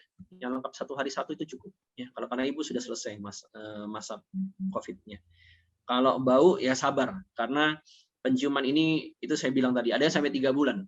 Jadi sabar-sabar. Ada yang katanya saya cari penelitiannya ada yang bilang permanen. Jadi ada beberapa pasien yang memang sampai berbulan-bulan nggak sembuh, penciumannya hilang terus ya. Itu beda-beda setiap orang. Kita nggak bisa samakan. Ya, ada yang mungkin seminggu 2 minggu lagi Ibu sembuh bisa juga. Ya, gitu. Jadi penciumannya sudah pulih. Oh sekarang masih batuk, maaf. Cuma batuk, penciuman sudah pulih. Oh iya maaf saya salah.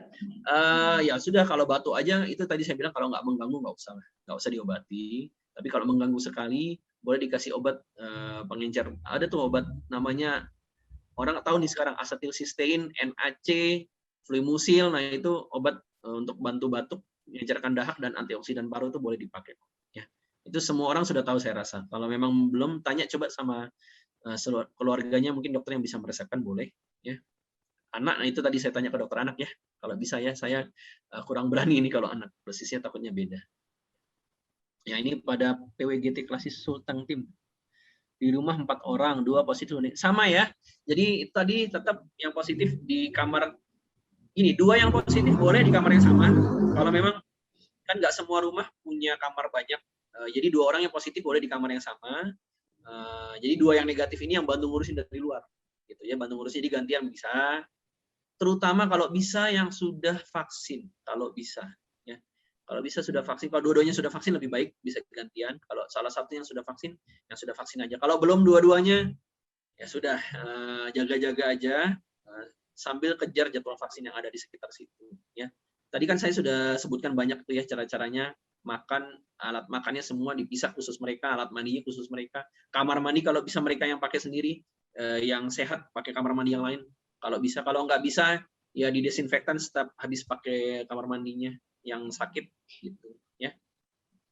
Oke.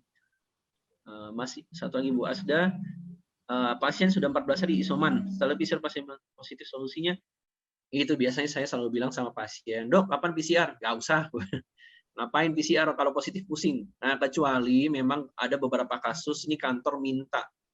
Ini memang agak menyusahkan menurut saya. Jadi memang kantor ini beberapa perusahaan dia minta harus ada surat negatif, padahal ada yang bisa sampai 2 bulan positif, kan kasihan sebenarnya. Ya kalau yang gini kita nggak bisa apa-apa ya, kan nggak mungkin juga bohong ya. Cuman biasanya sih kita kalau bilang ke pasien kalau bisa rumah sakit, perusahaannya bersurat ke dokter supaya dokternya menuliskan. Kalau misalnya perusahaan ini sebenarnya udah nggak apa-apa, sudah aman, silakan bekerja. Nah kalau perusahaannya nggak mau terima juga ya udah, ya mau nggak mau memang ada yang sampai harus tiap minggu dia swab lagi sampai dapat negatif. Itu memang terjadi. Tapi kalau positif nggak usah dipikirkan, itu sudah selesai urusannya. Ya. PCR itu sampai berapa bulan pun ada beberapa orang bisa positif. Jangan berpatokan pada PCR. Ya. Tuh. Yang penting surat, kalau misalnya masalahnya di lingkungan sekitar tidak diterima, minta saja surat dari yang, kan Ibu isolasi mandiri pasti lapor. Ya kalau belum lapor, laporlah ke puskesmas terdekat, saya isolasi mandiri ini udah 14 hari. Minta suratnya dong, surat menyatakan bahwa kami sudah bebas. Ya. Minta surat itu. Pasti dikasih kok. Ya. Apalagi pada kondisi-kondisi tertentu pasti dikasih, diperlukan itu. Dari Ibu Evi, vaksin yang kedua saya jadwalkan tanggal 1, tapi lagi kosong. Vaksinnya apa ya? Kalau Sinovac, sebenarnya gini sih, daripada tidak ada sama sekali, kalau nanti ada ya kejar aja. Ya sebenarnya kalau telat memang mungkin tidak seefektif yang.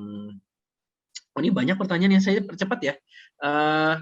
Vaksin kedua, pokoknya kalau ada langsung ambil. Memang mungkin tidak terlalu efektif, ya, tapi setidaknya kita ada perlindungan, ya, meskipun hanya berapa persen, yang penting punya tameng sedikit-sedikit, ya, daripada kita kosong sekali tidak ada tameng. Karena vaksin kalau baru pertama antibodinya memang kurang cukup, ya. Antibodi yang kedua nanti yang setelah divaksin booster baru dia naik, baru dia cukup.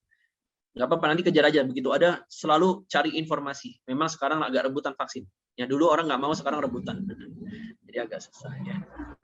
Nah, ini Ibu Septi Justina, selamat malam dok. Ada teman terpapar COVID Februari, hilang penciuman.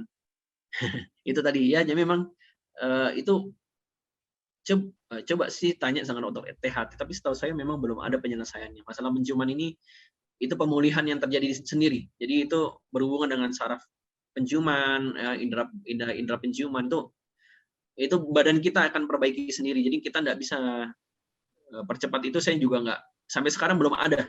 Saya baca-baca cari-cari belum ada tuh obat yang mempercepat itu. Ya kalau ada yang bilang suruh cium-ciumnya kayu putih ya silahkan aja, nggak apa-apa. Ya untuk latihan silahkan aja. Cuman memang belum ada sampai sekarang. Itu nanti akan memperbaikan sendiri ya pada Ibu Sakti. Nah, ini kalau pada Ibu Elizabeth lagi, kenapa? Kalau di karantina, maksudnya? Mungkin kependekan. Oh ini di bawahnya ada. Kenapa kalau di karantina PCR-nya hari kedua dan PCR kedua pada hari ke-8. Apa bedanya antara kedua tes tersebut? Di karantina nih maksudnya, oh ini kalau ini mungkin kontak erat ya, saya kurang tahu ya. Sebenarnya memang gini, yang harus diketahui bahwa PCR itu sensitif. Jadi gini, bahasa awamnya adalah dari 10 orang kita periksa, itu kalau cuma sekali kita ambil aja ya, jadi cuma 1 hari diambil, 10 orang kita periksa, harusnya 10 positif nih, bisa jadi 3 ini negatif, bisa jadi 3 ini dapat negatif. Makanya harus diulang 2 kali biasanya, yang bagus gitu. Cuman pada kenyataannya memang di daerah kan biasanya terbatas PCR-nya yang nggak bisa 2 kali. Pas sekali udah. Gitu. Kalau 2 hari berturut-turut nanti banyak sekali antriannya yang bisa sampai ini aja di Toraja bisa sampai 4-5 hari baru keluar hasil. Kalau dibikin 1 orang 2 berturut-turut ya itu bisa lama sekali hasilnya keluar ya. Kasihan gitu. Jadi memang sekali aja jadinya. Nah, ini 2 kali dengan alasan begini, kemungkinan terjadinya negatif palsu namanya. Jadi harusnya positif, dia negatif. Itu 30%. Nah, kalau diulang 2 kali, kemungkinan positif negatif palsunya itu ya kan kalau matematika 30% kali 30%. Jadi sekitar 0,99% aja. Jadi kemampuan deteksinya dari 10 cuma 1 yang negatif palsu kalau 2 kali dikerjakan gitu. Nah, hari ke-8 saya juga kurang tahu, biasanya sih hari ke-10 ke-11 ya. Itu jadi ini tergantung kebijakan tempat masing-masing sih sebenarnya ya. Nggak masalah mau hari, sebenarnya kalau ringan-ringan sedang itu nggak perlu PCR, tapi mungkin itu ada kebijakan tempat masing-masing ya. Tiap daerah ada kebijakannya, tiap tempat perawatan ada kebijakannya masing-masing, ikuti aja, nggak apa-apa, nggak ada masalah. Pokoknya kalau sudah positif ya udah positif, tinggal tunggu aja sampai PCR-nya negatif. Tunggu aja isolasi sampai masa isolasi selesai, nggak usah lihat PCR ya. Tuh. Ini lagi saya percepat, maaf ya, soalnya banyak. Anak saya terpapar hilang penciuman dan perasa, menyemangati supaya karena makan, lebih takut dia dok dibanding kami yang semangat sembuh tinggi, minta sarannya dok. Memang ini saya kalau masalah mental memang berbeda-beda tiap orang. Sebenarnya mungkin kalau orang tuanya ada di situ, kalau orang tua aja kan seringnya pisah antara tempatnya beda ya. Kalau misalnya tempatnya sama ya ibunya bantu mungkin kasih makan, temenin begitu ya. Apalagi yang sudah vaksin mungkin yang bisa temenin dia. Kalau enggak ya harus diajak ngobrol setiap hari sih.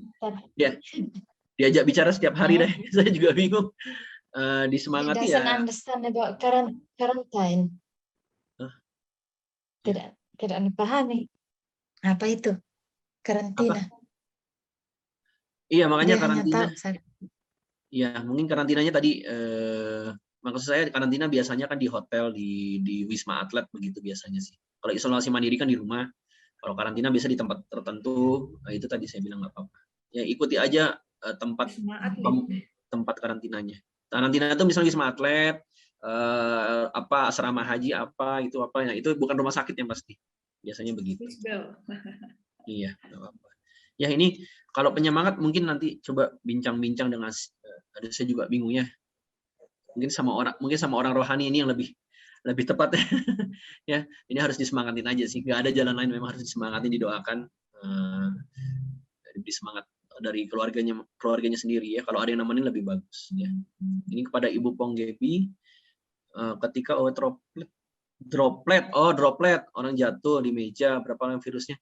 Itu tadi. Jadi tergantung bendanya apa. Kalau plastik itu bisa lama. Kalau yang benda-benda lain rata-rata 24 jam sudah hilang virusnya ya. Cuman kalau plastik memang dropletnya itu dia bisa bertahan lebih lama sampai 3 hari. Pokoknya kalau mau sentuh sesuatu yang bukan kita punya, ya disinfektan aja dulu. Kalau saya selalu bawa semprot apa ya? Ada tuh. Jadi spray gitu ya, isinya alkohol 70%. Saya bawa kemana-mana. Jadi kalau terima uang kadang saya sempat dulu baru saya masukin. Tergantung orang sih, maksudnya sehati-hati apa. Cuma intinya kalau mau pegang muka apa segala macam, mau makan ya cuci tangan, semprot desinfektan. Kalau ada barang yang bukan punya kita, semprot dulu. Kalau ada meja yang bukan bekas kita ya semprot dulu sebentar, baru pakai lagi juga bisa. Kalau di tempat rumah sakit kan nggak mungkin setiap pasien terus meja yang kita pakai di desinfektan. Jadi kita kasih plastik depannya, kita kasih plastik supaya pasien kalau batuk ya ke situ. Dan gini, wajib pakai masker jadi supaya nggak dropletnya nggak nyemprot ke sana kan gitu ya. Desinfektan saja cukup ya. Pada Ibu Mulawati, saya sudah 2 kali kena COVID bersama anak saya 12 tahun. Tapi saat ini masih batuk dan kadang-kadang agak sesak. Karena saya tidak batuk tapi sekali-sekali sesak. Waktu umur 2 tahun minum obat rutin bronkitis. Oh, kalau anak ibu ini kemungkinan asma ya. Coba di 16 tahun ya, itu sebenarnya udah dosis dewasa. Coba berobat ke dokter anak atau dokter paru boleh ya. Dokter anak bisa, dokter paru bisa. Coba asmanya nanti diobatin itu. Ya, biasanya orang dengan asma setelah COVID asmanya jadi lebih muncul gejalanya. Ya, bronkitis itu bagian dari asma biasanya. Ya, ibunya juga mungkin ibu ada asma kan, biasanya asma itu keturunan genetiknya. Jadi mungkin ibu memang ada sedikit bronkitis pas lagi COVID, nah keluar dia. Coba diperiksa lagi-lagi sesaknya dari mana. Maksud saya nggak tahu apakah benar sesak paru, apa sesak lambung, apa sesak jantung ya, itu harus diperiksa. Kalau memang mengganggu coba diperiksa. Kalau memang lebih ke arah masalah bronkitisnya, fungsi parunya, bisa dikasih obat asma. Ya, rata-rata sih obat itu yang saya pakai ke pasien-pasien saya yang sesak, obat asma. Ya. Sudah 2 divaksin ini maksudnya. Oh, udah 2 divaksin ya udah, tenanglah. Ya. Itu tadi saya bilang. Tadi bilang itu ada penelitiannya tuh kata dokter. Kalau penciumannya terganggu, biasanya gejalanya ringan, nggak sampai berat. Kebanyakan ya, cuman itu kan ada penelitiannya begitu. Bilang tuh ada penelitiannya, bilang kata dokter begitu. Ya, WFV, Sinovac. Oh, tadi ya kejar tetap vaksinnya Bu ya. Oke. Dok, ada info tentang latihan pernapasan baik positif dan yang paling tidak dianjurkan. Oh, sebenarnya gini, tidur tengkurap itu kita pakai pasien-pasien yang gejala berat di rumah sakit tertentu. Jadi rumah sakit tertentu yang memang bisa gitu ya, karena susah juga loh kita taruh pasien posisi tengkurap. Jadi pasien-pasien pakai ventilator itu kita kasih tengkurap. Itu ada hubungannya sama medis. Jadi waktu kita tidur kan peradangan semua di bagian bawah-bawah paru nih. Nah, waktu dia tidur ini kita tidur begini, kan parunya begini kalau dipotong ya. Ini di bawah-bawah ini yang banyak nih. Nah, waktu kita tengkurap, kita harapkan cairan semua peradangan itu turun ke bawah. Jadi saya nggak tahu ya, pokoknya jadi semua paru itu dipakai untuk bernapas normal. Ini sebenarnya panjang ceritanya. Jadi masalah gravitasi, masalah udara banyaknya di udara kan lebih banyak di atas, udara lebih banyak di bawah. Kalau kita tengkurapkan itu perubahan posisi juga penggunaan pembuluh darah sama letak udaranya berubah. Jadi panjang ceritanya itu. Intinya sih boleh dicoba, tapi tengkurap bukan terus-terusan. Tengkurapnya itu paling cuma berapa jam ya, 2, 3, 4 jam, habis itu balik lagi ya. Jadi untuk sebentar aja ya. Boleh, silakan aja kalau memang mau dipakai boleh. Apapun yang biasa perlu. Kalau saya lihat bahkan di Muslim itu mereka menginikan apa? Jadi posisi sholatnya mereka itu katanya ya bagus, memperbaiki ini ya, mungkin ada hubungannya dengan posisi tengkurapnya itu ya, kita nggak tahu. Tapi boleh dicoba ya. Latihan pernapasan banyak di YouTube, ikutin aja. Ada yang dokter yang pokoknya tarik napas dalam, keluarkan, begitu aja, tarik napas dalam, keluarkan, kayak orang senam biasa kan, begitu ada. Ikutin aja. Saya lihat di YouTube sudah banyak sekali tuh orang-orang yang ngajarin seperti itu. Ikutin aja ya. Kalau yang aneh-aneh nggak usah diikutin, yang saya nggak tahu lah ya, sambil nyium bau yang apa dulu tuh yang uap-uap apa itu nggak usah lah, takutnya malah sesak itu kalau ngasih uap-uap macam-macam. Tapi ya kalau dirasa nyaman ya silakan. Intinya gini loh, COVID ini obatnya sampai sekarang belum ada ya. Obat-obat yang kita pakai saat ini semuanya masih ada yang bilang ngaruh, ada yang bilang enggak, penelitiannya ada yang bilang bagus, ada yang bilang enggak. Jadi kita ini masih nggak tahu, banyak yang kita nggak tahu. Jadi obat-obat yang dirasa yang penting tidak mengganggu, jangan sampai. Jadi kalau minyak kayu putih mau cium ya silahkan aja gitu ya. Mau jamu, asal jelas jamunya, mau jahe, kencur apa silahkan. Asal jangan minum obat-obat herbal yang nggak jelas isinya, yang kapsul-kapsul racikan itu hati-hati. Kadang-kadang mereka itulah kenapa BPOM suka, kita lihat ya, BPOM suka larang tuh. Tiba-tiba ada obat ini tidak legal, obat ini dilarang karena jamu-jamu itu rata-rata mereka isi dengan obat juga, obat-obat kedokteran juga, jadi hati-hati gitu ya. Tapi kalau sekelas jam apa sih, pokoknya jahe, kencur apa, jadi silakan aja, nggak masalah ya. Kalau jamu-jamu yang perusahaan terkenal, saya rasa nggak ada masalah ya. Kayak tolak angin, antangin apa, silakan aja, bebas itu nggak apa-apa. Boleh itu boleh aja. Intinya tidak memang efeknya belum tahu, tapi setidaknya kan tidak merugikan, itu aja ya. Malam dok, bagaimana vaksin pertama dan vaksin kedua jaraknya 6 minggu? Ya itu, sebenarnya terlalu lama teman, daripada tidak ada, mending ambil aja vaksinnya, nggak apa-apa jarak 6 minggu. Yang penting ada perlindungan. Meskipun mungkin tidak sebagus yang kalau 4 minggu saya saja waktu itu vaksin saya masih 2 minggu, jadi jaraknya 2 minggu, vaksin pertama. Ada gambarnya nah, zoomnya. Ada gambar. Gambar apa? Oke. Vaksin pertama dan vaksin kedua jarak 6 minggu nggak apa-apa, ambil aja ya secepatnya ya.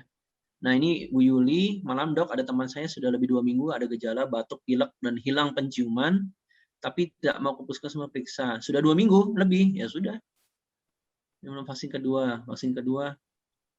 Nah, jadi vaksin, aduh banyak kali pertanyaannya. Jadi vaksinnya ada 2. Udah selesai, tinggal sedikit soal. Ada 2 pandangan, praktis dan medis ya. Pandangan praktisnya ya, memang kalau sudah sakit dia nggak usah vaksin dulu, tahan dulu, lapor aja ke puskesmasnya, biasanya nggak usah vaksin lagi, karena dianggap dia sudah punya antibodi, bertahan 3 bulan ke depan. Nanti setelah 3 bulan baru cari vaksin lagi. Nah, tapi ini saya agak susah nih, saya agak bingung nih kalau vaksin 1-2 beda. Tapi jadi gini. Kenapa sih 3 bulan? Karena pemerintah ngutamain dulu yang belum dapat vaksin, yang belum terinfeksi, yang belum vaksin, jadi belum ada antibodinya sama sekali. Kan vaksin ini tujuannya membentuk antibodi, gitu. Jadi diutamakan vaksinnya ini buat orang-orang yang masih belum dapat, gitu intinya ya. Nah, tapi sisi medis, kesehatan sebenarnya, kalau ibu sudah sembuh dari COVID, sudah 1-2 minggu, apalagi sudah lewat 1-2 minggu sejak sembuh, sebenarnya kalau secara medis boleh, ya. Maksudnya, jadi di luar itu, habis sakit divaksin, antibodinya malah lebih banyak lagi, nggak apa-apa, malah lebih bagus. Jadi ini ada 2 sisi. Nah, sisi masalahnya kita kan harus ikut pemerintah. Kalau waktu ditanya ada riwayat sakit COVID, biasanya akan di stop. Gitu. Tapi memang kalau saya pribadi, keluarga saya yang kebetulan kemarin ada kayak gitu tuh, vaksin 1 begitu, pas vaksin kedua kan ditanya, udah bilang aja nggak sakit gitu ya, nggak apa-apa divaksin, nggak ada masalah dengan efek samping, nggak. Efek samping bukan. Justru kalau di luar negeri itu disarankan habis sakit sembuh seminggu 2 minggu setelah sembuh ya, nggak apa-apa vaksin aja, ya. Karena supaya antibodinya maksimal. Ya, apalagi sudah dapat yang pertama. Gitu. Tapi memang ini nanti kembali lagi ke masing-masing, kembali ke gimana di sana puskesmasnya ya. Agak bohong ya sebenarnya kalau kita bilang nggak kena ya. Nggak boleh sebenarnya. Cuman gimana ya, itu nih masing-masing. Kalau memang mau ngomong aja, Dok, ini Dok saya sudah kena COVID kemarin, gimana ya? Kalau memang nggak dikasih ya sudah. Nanti 3 minggu lagi baru ambil lagi nih vaksinnya. Ya. Oke. Oke, silakan pamit Ibu Elizabeth, Bapak Wigiti terima kasih, Bu Asda. Oh ya, oke. Itu sekian dari saya, mungkin sudah jam 8 ya. Mungkin ada yang tadi mau kasih kesaksian mungkin. Saya sudahi dulu. Terima kasih semuanya, semoga bermanfaat. Sehat-sehat, jaga-jaga kesehatan semua. Semoga kita semua dijauhkan dari segala mara bahaya. Ya, terima kasih Dr. Filemon. Terima kasih Dr. Filemon. Ya, sama-sama. Mungkin tadi yang mau itu Bu Sisilia tadi yang mau kesaksian? Oh, ada Ibu Lois. Ya, silakan.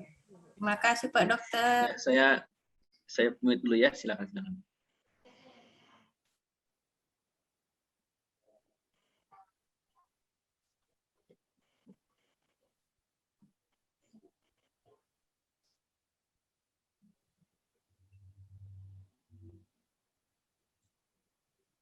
Masuk mis saya. Ya. Saya mis sekarang. Iya, silakan Ibu Lois. Saya kira masih moderator yang suruh jadi. Iya, harusnya. Maksudnya belum selesai anunya, biar nih, petar nih saya Oke. Terima kasih Bu moderator. Selamat malam Pak Dokter. Selamat malam buat ibu-ibu semua. Saya langsung puji Tuhan bahwa kami pada tanggal 20 boleh negatif dari COVID. Tanggal 7 kami sudah merasakan antara lain ada sesuatu di leher, hidung mampet, baru malamnya itu sudah batuk-batuk terus. Sempat kami ke dokter. Saya tidak usah sebut dokter siapa dan rumah sakit. Kami diperiksa dokter dan kami dikasih obat. Tetapi setelah 3 hari tidak sembuh-sembuh dan orang yang kami temani juga kondangan di pernikahan kena masuk rumah sakit dan keluarganya juga. Jadi kami sudah merasa yakin bahwa ini pasti tertular di pernikahan. Hari Senin baru kami ke rumah sakit Elim swab antigen, ternyata kami positif. Sempat kami disuruh PCR, sempat juga ke rumah sakit Pongtiku, tapi tidak dilayani lagi. Saya juga sudah menyatakan ya tidak usah PCR kan, toh memang kita sudah rasa memang kita sudah positif, tidak usah lagi melakukan hal itu. Nah, sejak tanggal 7 itu waktu kami sudah pertama batuk dengan suami saya, dok, saya sudah tidak mau keluar. Setiap ada orang lewat bicara dengan kami, masuk rumah saya sudah menyatakan maaf, kami lagi batuk, jangan masuk. Kami jangan masuk, jangan bergabung dengan kami. Masuk rumah kami pun pagar kami sudah tutup. Kami hanya bicara di pagar. Dan saya sudah mengantisipasi juga, saya kirimin uang adik saya lewat ini. Jadi makanan mereka drop ke setiap saat ke rumah kami pesan lalu mereka drop. Lalu memang hal yang kami alami itu dok, batuk, flu, hidung mampet, kadang-kadang pusing dan saya tidak terlalu demam, tapi saya keringat, banyak keringat, terasa panas tapi badan tidak panas, cuma keringatan. Terus kadang-kadang pusing, kadang-kadang mual sekali-sekali, kadang juga sakit perut, sekali-sekali sakit perut. Tapi ya puji Tuhan dok, mungkin karena kami sudah divaksin 2 kali, jadi kami tidak sesak napas. Tidak sesak napas. Lalu kami tanya anak kami, kebetulan anak kami juga dokter COVID di rumah sakit Wisma Atlet di Jakarta, dia tidak mau kasih obat. dia hanya mengatakan minum saja vitamin, yang penting tidak usah tidak sesak. Jadi kami hanya dikasih resep vitamin B, vitamin C dengan vitamin D. Jadi itu saja yang kami minum, suruh hujan terus, jadi kami tidak berjemur, jadi cukup kami makan vitamin D. Lalu kami berusaha untuk happy, jadi saya tidak mau nonton televisi, karena di dalam itu sampai kuburan pun sudah tidak, orang sudah antri di kuburan, jadi saya tidak mau lihat televisi, jadi saya berusaha untuk nonton vlog-vlog artis supaya saya senang. Saya nonton film, saya nonton sinetron, saya nonton film yang lucu-lucu, dan yang paling penting adalah makan. Kami makan terus, makan minum jus. Kalau dulu hanya 1 kali minum jus sehari, sekarang saya pagi sore bikin jus. Jadi jus jeruk, jus wortel saya campur dengan apel, dengan mentimun, karena ada juga saya juga darah tinggi, Dok. Jadi saya berusaha makan vitamin, terus orang bilang daun sambiloto yang pahit itu bisa kasih turun tensi. Nah, itu juga saya minum 5 hari, setelah 5 hari kami kehilangan penciuman. Tapi saya hanya 2 hari, suami saya agak lama. Tapi waktu itu ya kita juga hanya dengar-dengar, Dok, kita dikasih teman-teman resep cium makan bawang putih. Tapi saya entah itu pengaruh, Dok, atau apa, tapi jadi memang waktu saya sudah makan bawang putih, penciuman saya 2 hari muncul. Lalu saya juga uap air minyak kayu putih pagi sore. Tapi ya tentu tetap berharap bahwa kita membuat gembira itu adalah obat. Jangan berpikir walaupun ada rasa takut, dong. Apalagi depan rumah saya itu jalan raya, tiap hari ambulans lewat dari Pontiku, lagi padara dan seterusnya. Apalagi kalau petugasnya sudah teriak-teriak minta jalan, sedang kasihan ada lagi orang meninggal. Jadi betul-betul kita berharap kepada Tuhan, jangan pikir saya akan mati, saya akan apa, kematian itu ada di tangan Tuhan. Jadi itu terus kami lakukan, kami berdoa, hanya berdua dengan suami saya, karena anak-anak saya, kebetulan ada anak-anak kami di luar kandungan, kami bawa di rumah, kami ungsikan waktu kami sudah COVID. Jadi saya hanya berdua dengan suami saya, ya lebih banyak kita berdoa, baca Alkitab. Akhirnya ya Tuhan, kami sudah negatif, dan saya sudah beraktivitas kembali di PWGT mulai tanggal 20. Jadi saya masih istirahat 1 minggu setelah dinyatakan negatif. Saya istirahat seminggu, baru saya ke kantor. Itu pun saya tidak lama di bawah. Saya agak lambat masuk, saya tinggal, karena saya bendahara, Dok, saya pergi hanya mengambil uang. Sudah itu kami pulang bersama-sama Ibu Dice, Ibu Sila jam 12. Jadi saya hanya 1 jam di kantor, itu pun kami berbeda ruangan. Dan saya berusaha juga memakai masker yang tidak lepas masker sepanjang hari, memakai 2 lapis.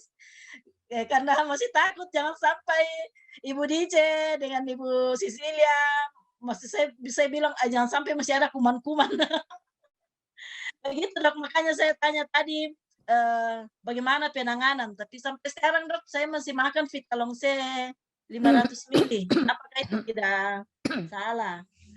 Kemudian ada satu yang saya sampaikan bahwa kalau boleh, karena memang rupanya memang isolasi itu yang membuat orang tertekan kalau tidak dikendalikan.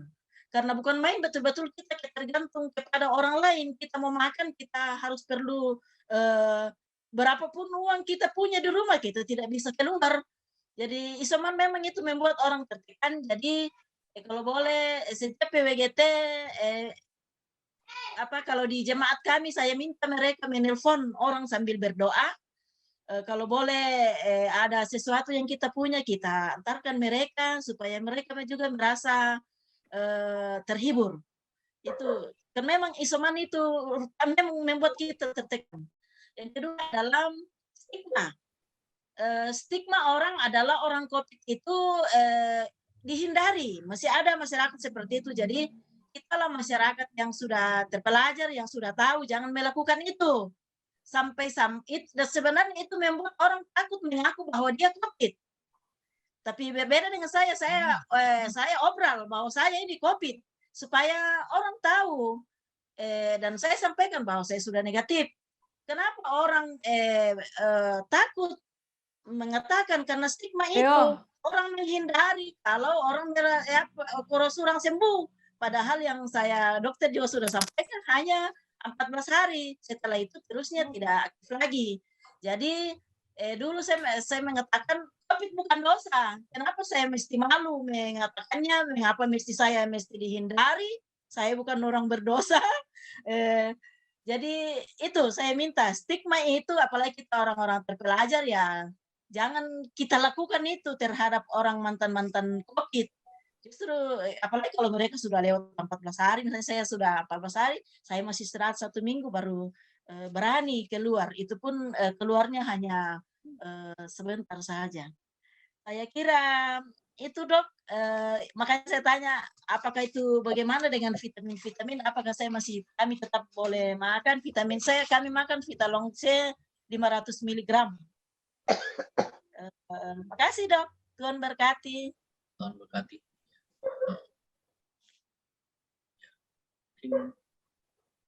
Ini perlu respon lagi atau saya bingung juga. Ya puji Tuhan sudah sehat ya. Nah, itu Mi, pernikahan ya. Emang itu kita, aduh dokter-dokter gitu stres kita waktu ada pesta-pesta ini, pesta itu, aduh stres sekali kita, ini bakal meledak nih. Benar gitu. Nah, kita harus hati-hati sekali. Oke, mungkin pada Bu Berta mungkin sebagai moderator. Terima kasih Bu Berta.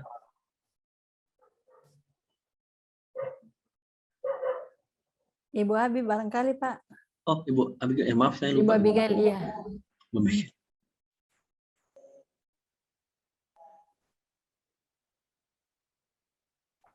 Ya, masih ada satu yang akan menyampaikan testimoni. Apakah Ibu Sarce Manganan bisa join? Ya, boleh. Silahkan. Oh iya, Kak Kanda. Ya. Terima kasih. Selamat malam semua. Selamat malam, Dok. Selamat malam, Bu. Ya, selamat malam untuk semua ibu-ibu yang ada di dalam room Zoom ini. Ya, puji Tuhan bahwa kita masih bisa bertemu saat ini. Saya tidak usah terlalu berpanjang lebar, Dok, karena saya tahu dokter sudah lewat jamnya. Jadi saya terpapar COVID bukan karena saya tidak taat pada protokol kesehatan. Lebih 1 tahun itu COVID gelombang pertama, kami sehat-sehat saja, tetapi karena anak saya yang bawa dari kantornya dan kami tinggal sama-sama di rumah, jadi akhirnya ya apalagi saya sudah berumur 66 tahun pada saat itu, ya itu yang membuat saya agak sedikit cemas, tetapi sebagai orang beriman, saya percaya ada kata-kata orang Toraja, orang tua, Dok. Ya mungkin dokter sudah pernah dengar bahwa pemari la mate kalau belum waktunya. Ya, jadi itu saya menjalani perawatan di rumah sakit 14 hari. Persis hari ke-13 saya langsung segar. Tidak ada sesak napas dan akhirnya dokter besok boleh pulang.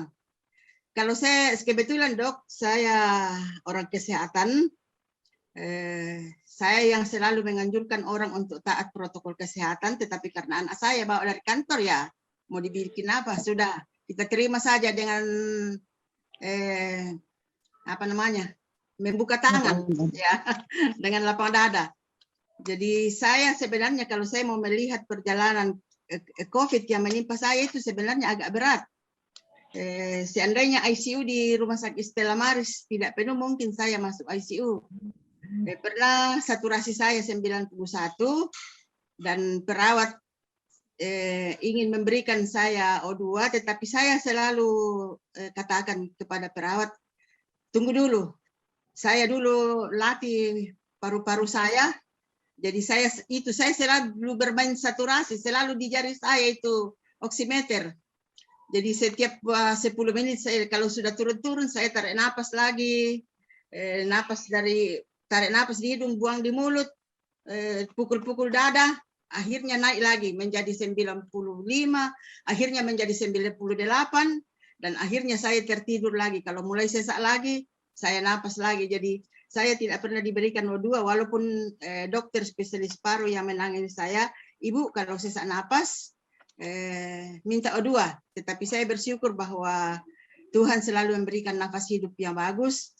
Saya setiap napas saya berdoa, Tuhan, Engkau yang memberikan nafas hidup kepada Adam dan Hawa, Engkau juga akan berikan kepada saya. Jadi itu yang semangat itu yang membuat saya bisa sembuh. Mengenai makan dan minum, betul-betul tidak ada selera makan. Tetapi karena saya juga adalah seorang kesehatan, saya tahu bahwa kalau saya tidak makan, kalau saya tidak minum, saya tidak bisa sembuh. Jadi maka saya yang menyedihkan itu ketika saya diopname tidak bisa didampingi oleh anak, oleh keluarga. Jadi di dalam kamar itu dengan sendiri.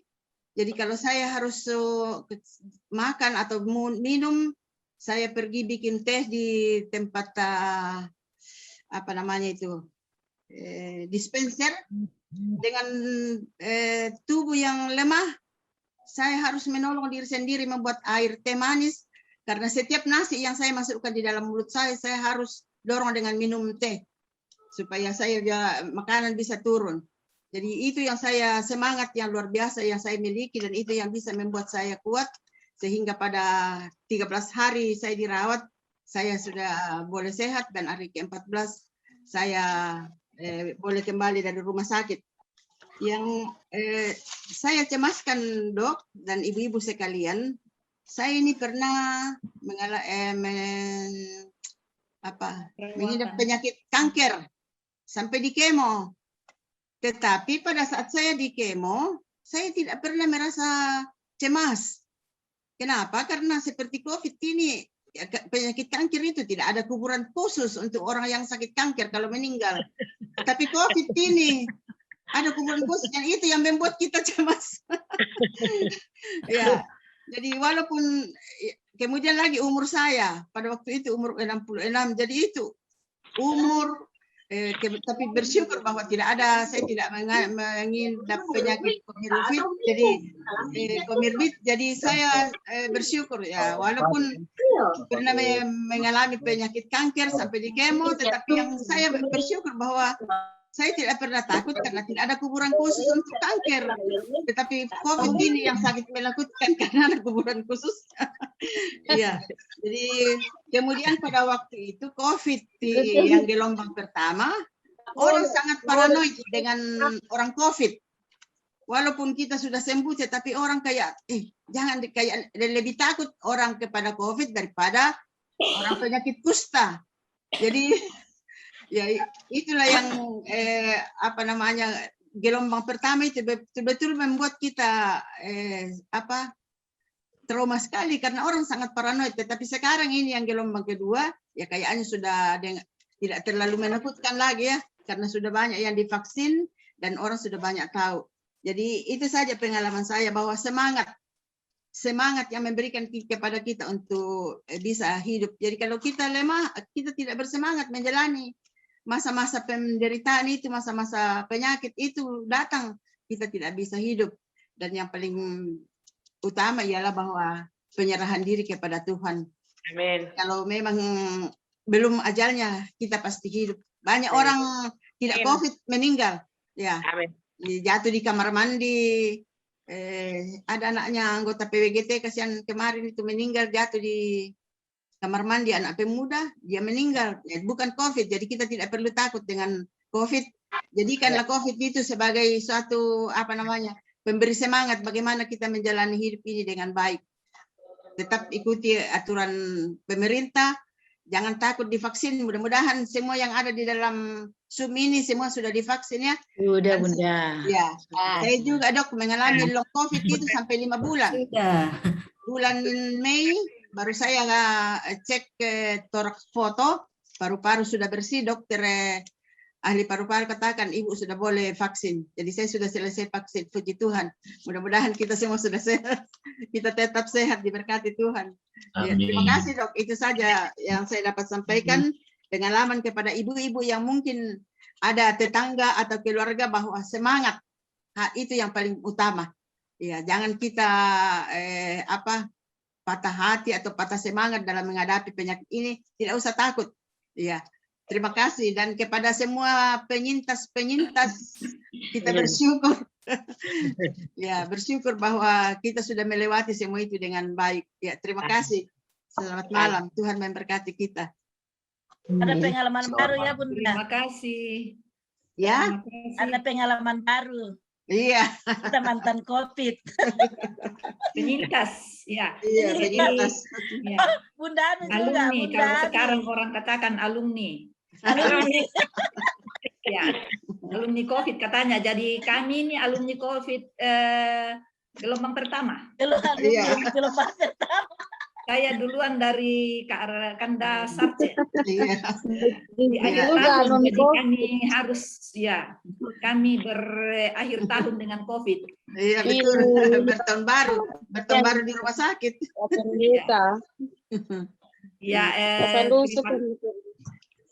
Ya, terima kasih kesediaan kedua ibu melengkapi pertemuan kita malam ini.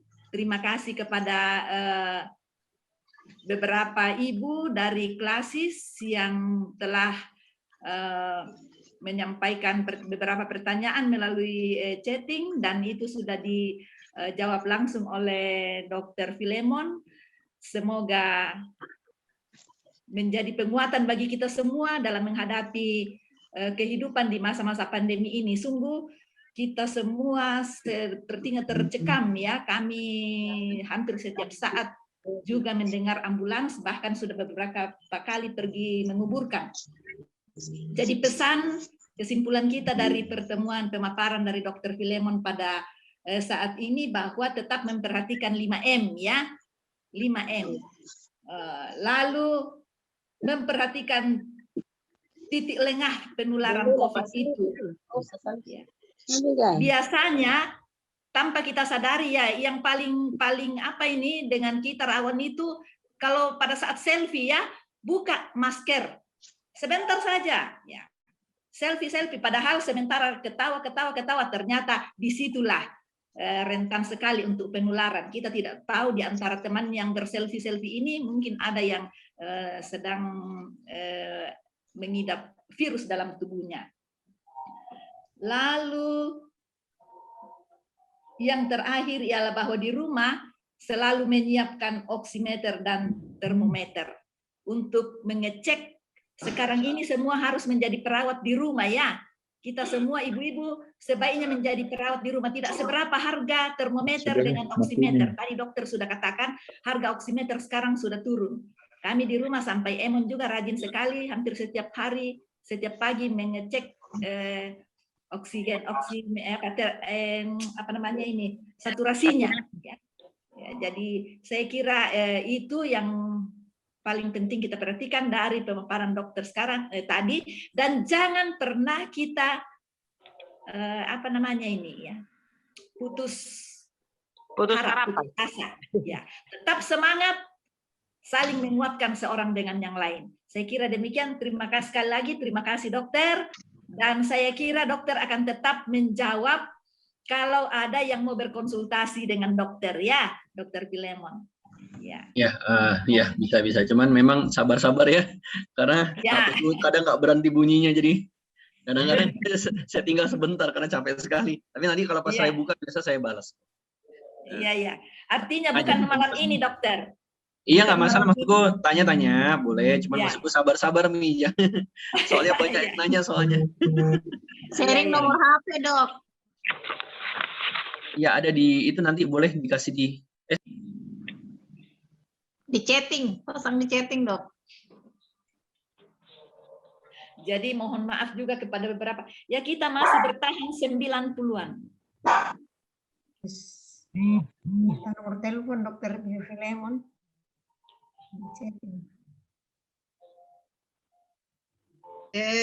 Ibu Abi, saya sedikit untuk ibu-ibu semua, mungkin siapa tahu ada mengalami ini. Sesudah kita divaksin biasa ada reaksi-reaksi dari vaksin itu biasa sesak napas atau apa, jadi itu tidak usah terlalu dicemaskan karena itu memang reaksi dari vaksin yang dimasukkan ke dalam tubuh. Ya, supaya karena kalau kita cemas ya pasti imun turun. Ya. Jadi kalau ada sesudah divaksin lalu ada terjadi mungkin demam atau ada agak sesak-sesak napas atau bagaimana, asal tidak terlalu sesak sekali, ya saya kira itu reaksi dari dan reaksi vaksin. Dan yang paling utama itu harus makan banyak supaya kita tidak dikalahkan oleh virus yang dimasukkan ke dalam tubuh. Ya, jadi tetap tidak usah takut gemuk. Ya, makasih. Ya, terima kasih. Ya, saya ini belum vaksin 1 kali pun karena selalu tidak kebagian. Belum kebagian. Ya. Oke, terima kasih. Mohon maaf kalau ada hal-hal yang salah saya lakukan selama memandu sebagai moderator. Terima kasih. Selamat malam, memberkati. Kembali ke Ibu Berta. Terima kasih. Kita persilakan Ibu Nari untuk menyampaikan ucapan terima kasih untuk kita semua. Silakan, Bu.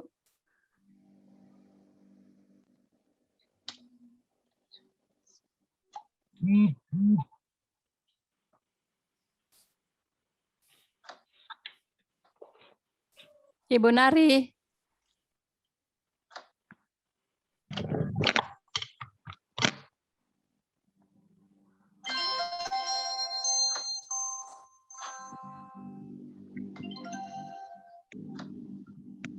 Mungkin saya bisa izin pamit dulu ya karena udah ini. Udah, saya izin pamit dulu ya semuanya. Sehat-sehat semua. Selamat malam, Dok.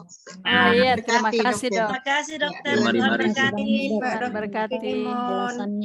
Tuhan berkati buat kita semuanya. Mari. Sehat selalu. Terima kasih.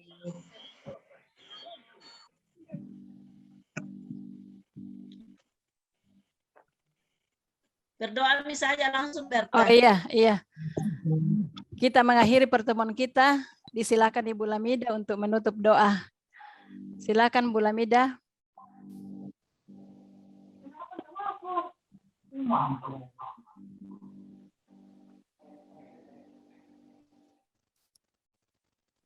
Ibu Lamida tutup kita dalam doa.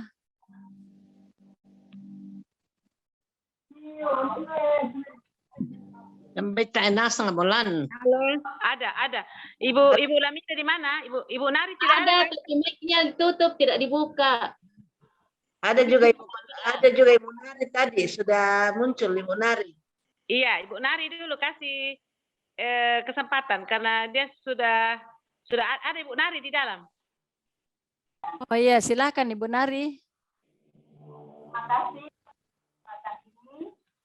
Yang kami hormati Dr. Filemon, pengurus pusat PWGT, pengurus basis dan jemaat serta semua anggota PWGT dan kita semua yang hadir dalam Zoom.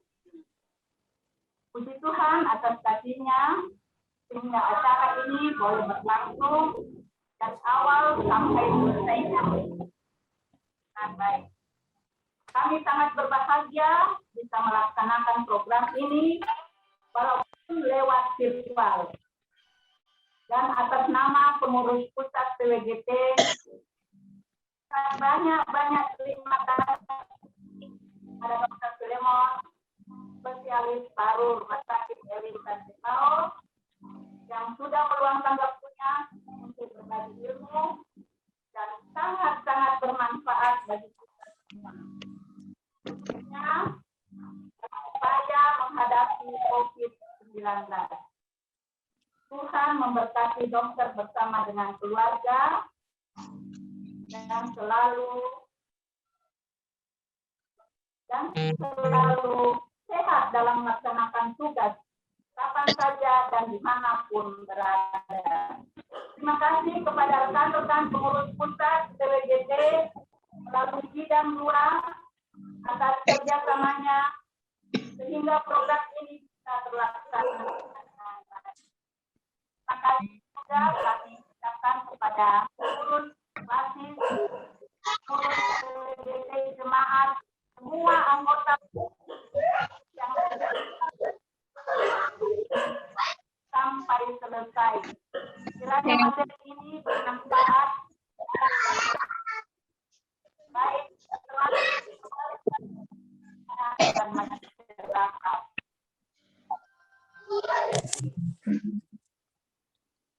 Terima kasih Bu Nari.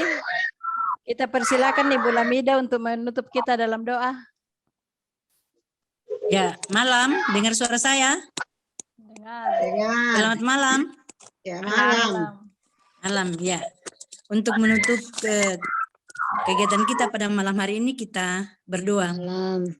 Pujian malam ini Tuhan kami persembahkan kepadamu, di mana kasih dan penyertaan-Mu, sehingga pada malam hari ini kita dimungkinkan oleh Tuhan boleh bertemu satu dengan yang lain, walaupun lewat Zoom, untuk mengikuti seminar bagaimana menghadapi pandemi COVID-19.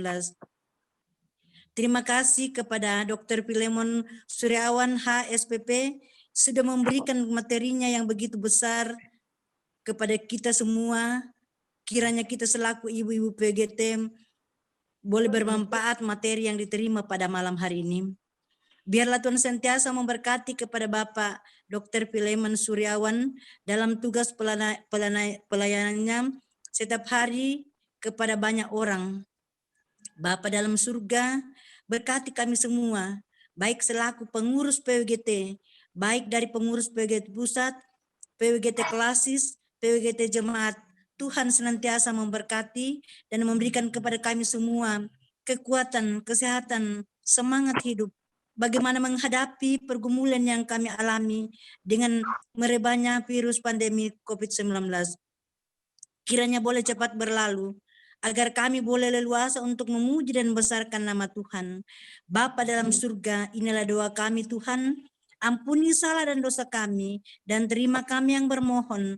Dalam nama Tuhan Yesus kami datang berdoa kepada Bapa di surga. Bapa kami yang di surga, dikuduskanlah namamu, datanglah kerajaan-Mu, jadilah kehendak-Mu di bumi seperti surga. Berikanlah kami pada hari ini makanan kami yang secukupnya, dan ampunilah akan kesalahan kami, seperti kami juga mengampuni orang bersalah pada kami. Dan jangan membawa kami ke dalam pencobaan, tetapi lepaskanlah kami dari yang jahat. Karena Engkau punya kuasa dan kemuliaan sampai selama-lamanya. Amin. Amin. Amin. Demikian pertemuan kita pada malam hari ini. Terima kasih untuk semua. Selamat malam.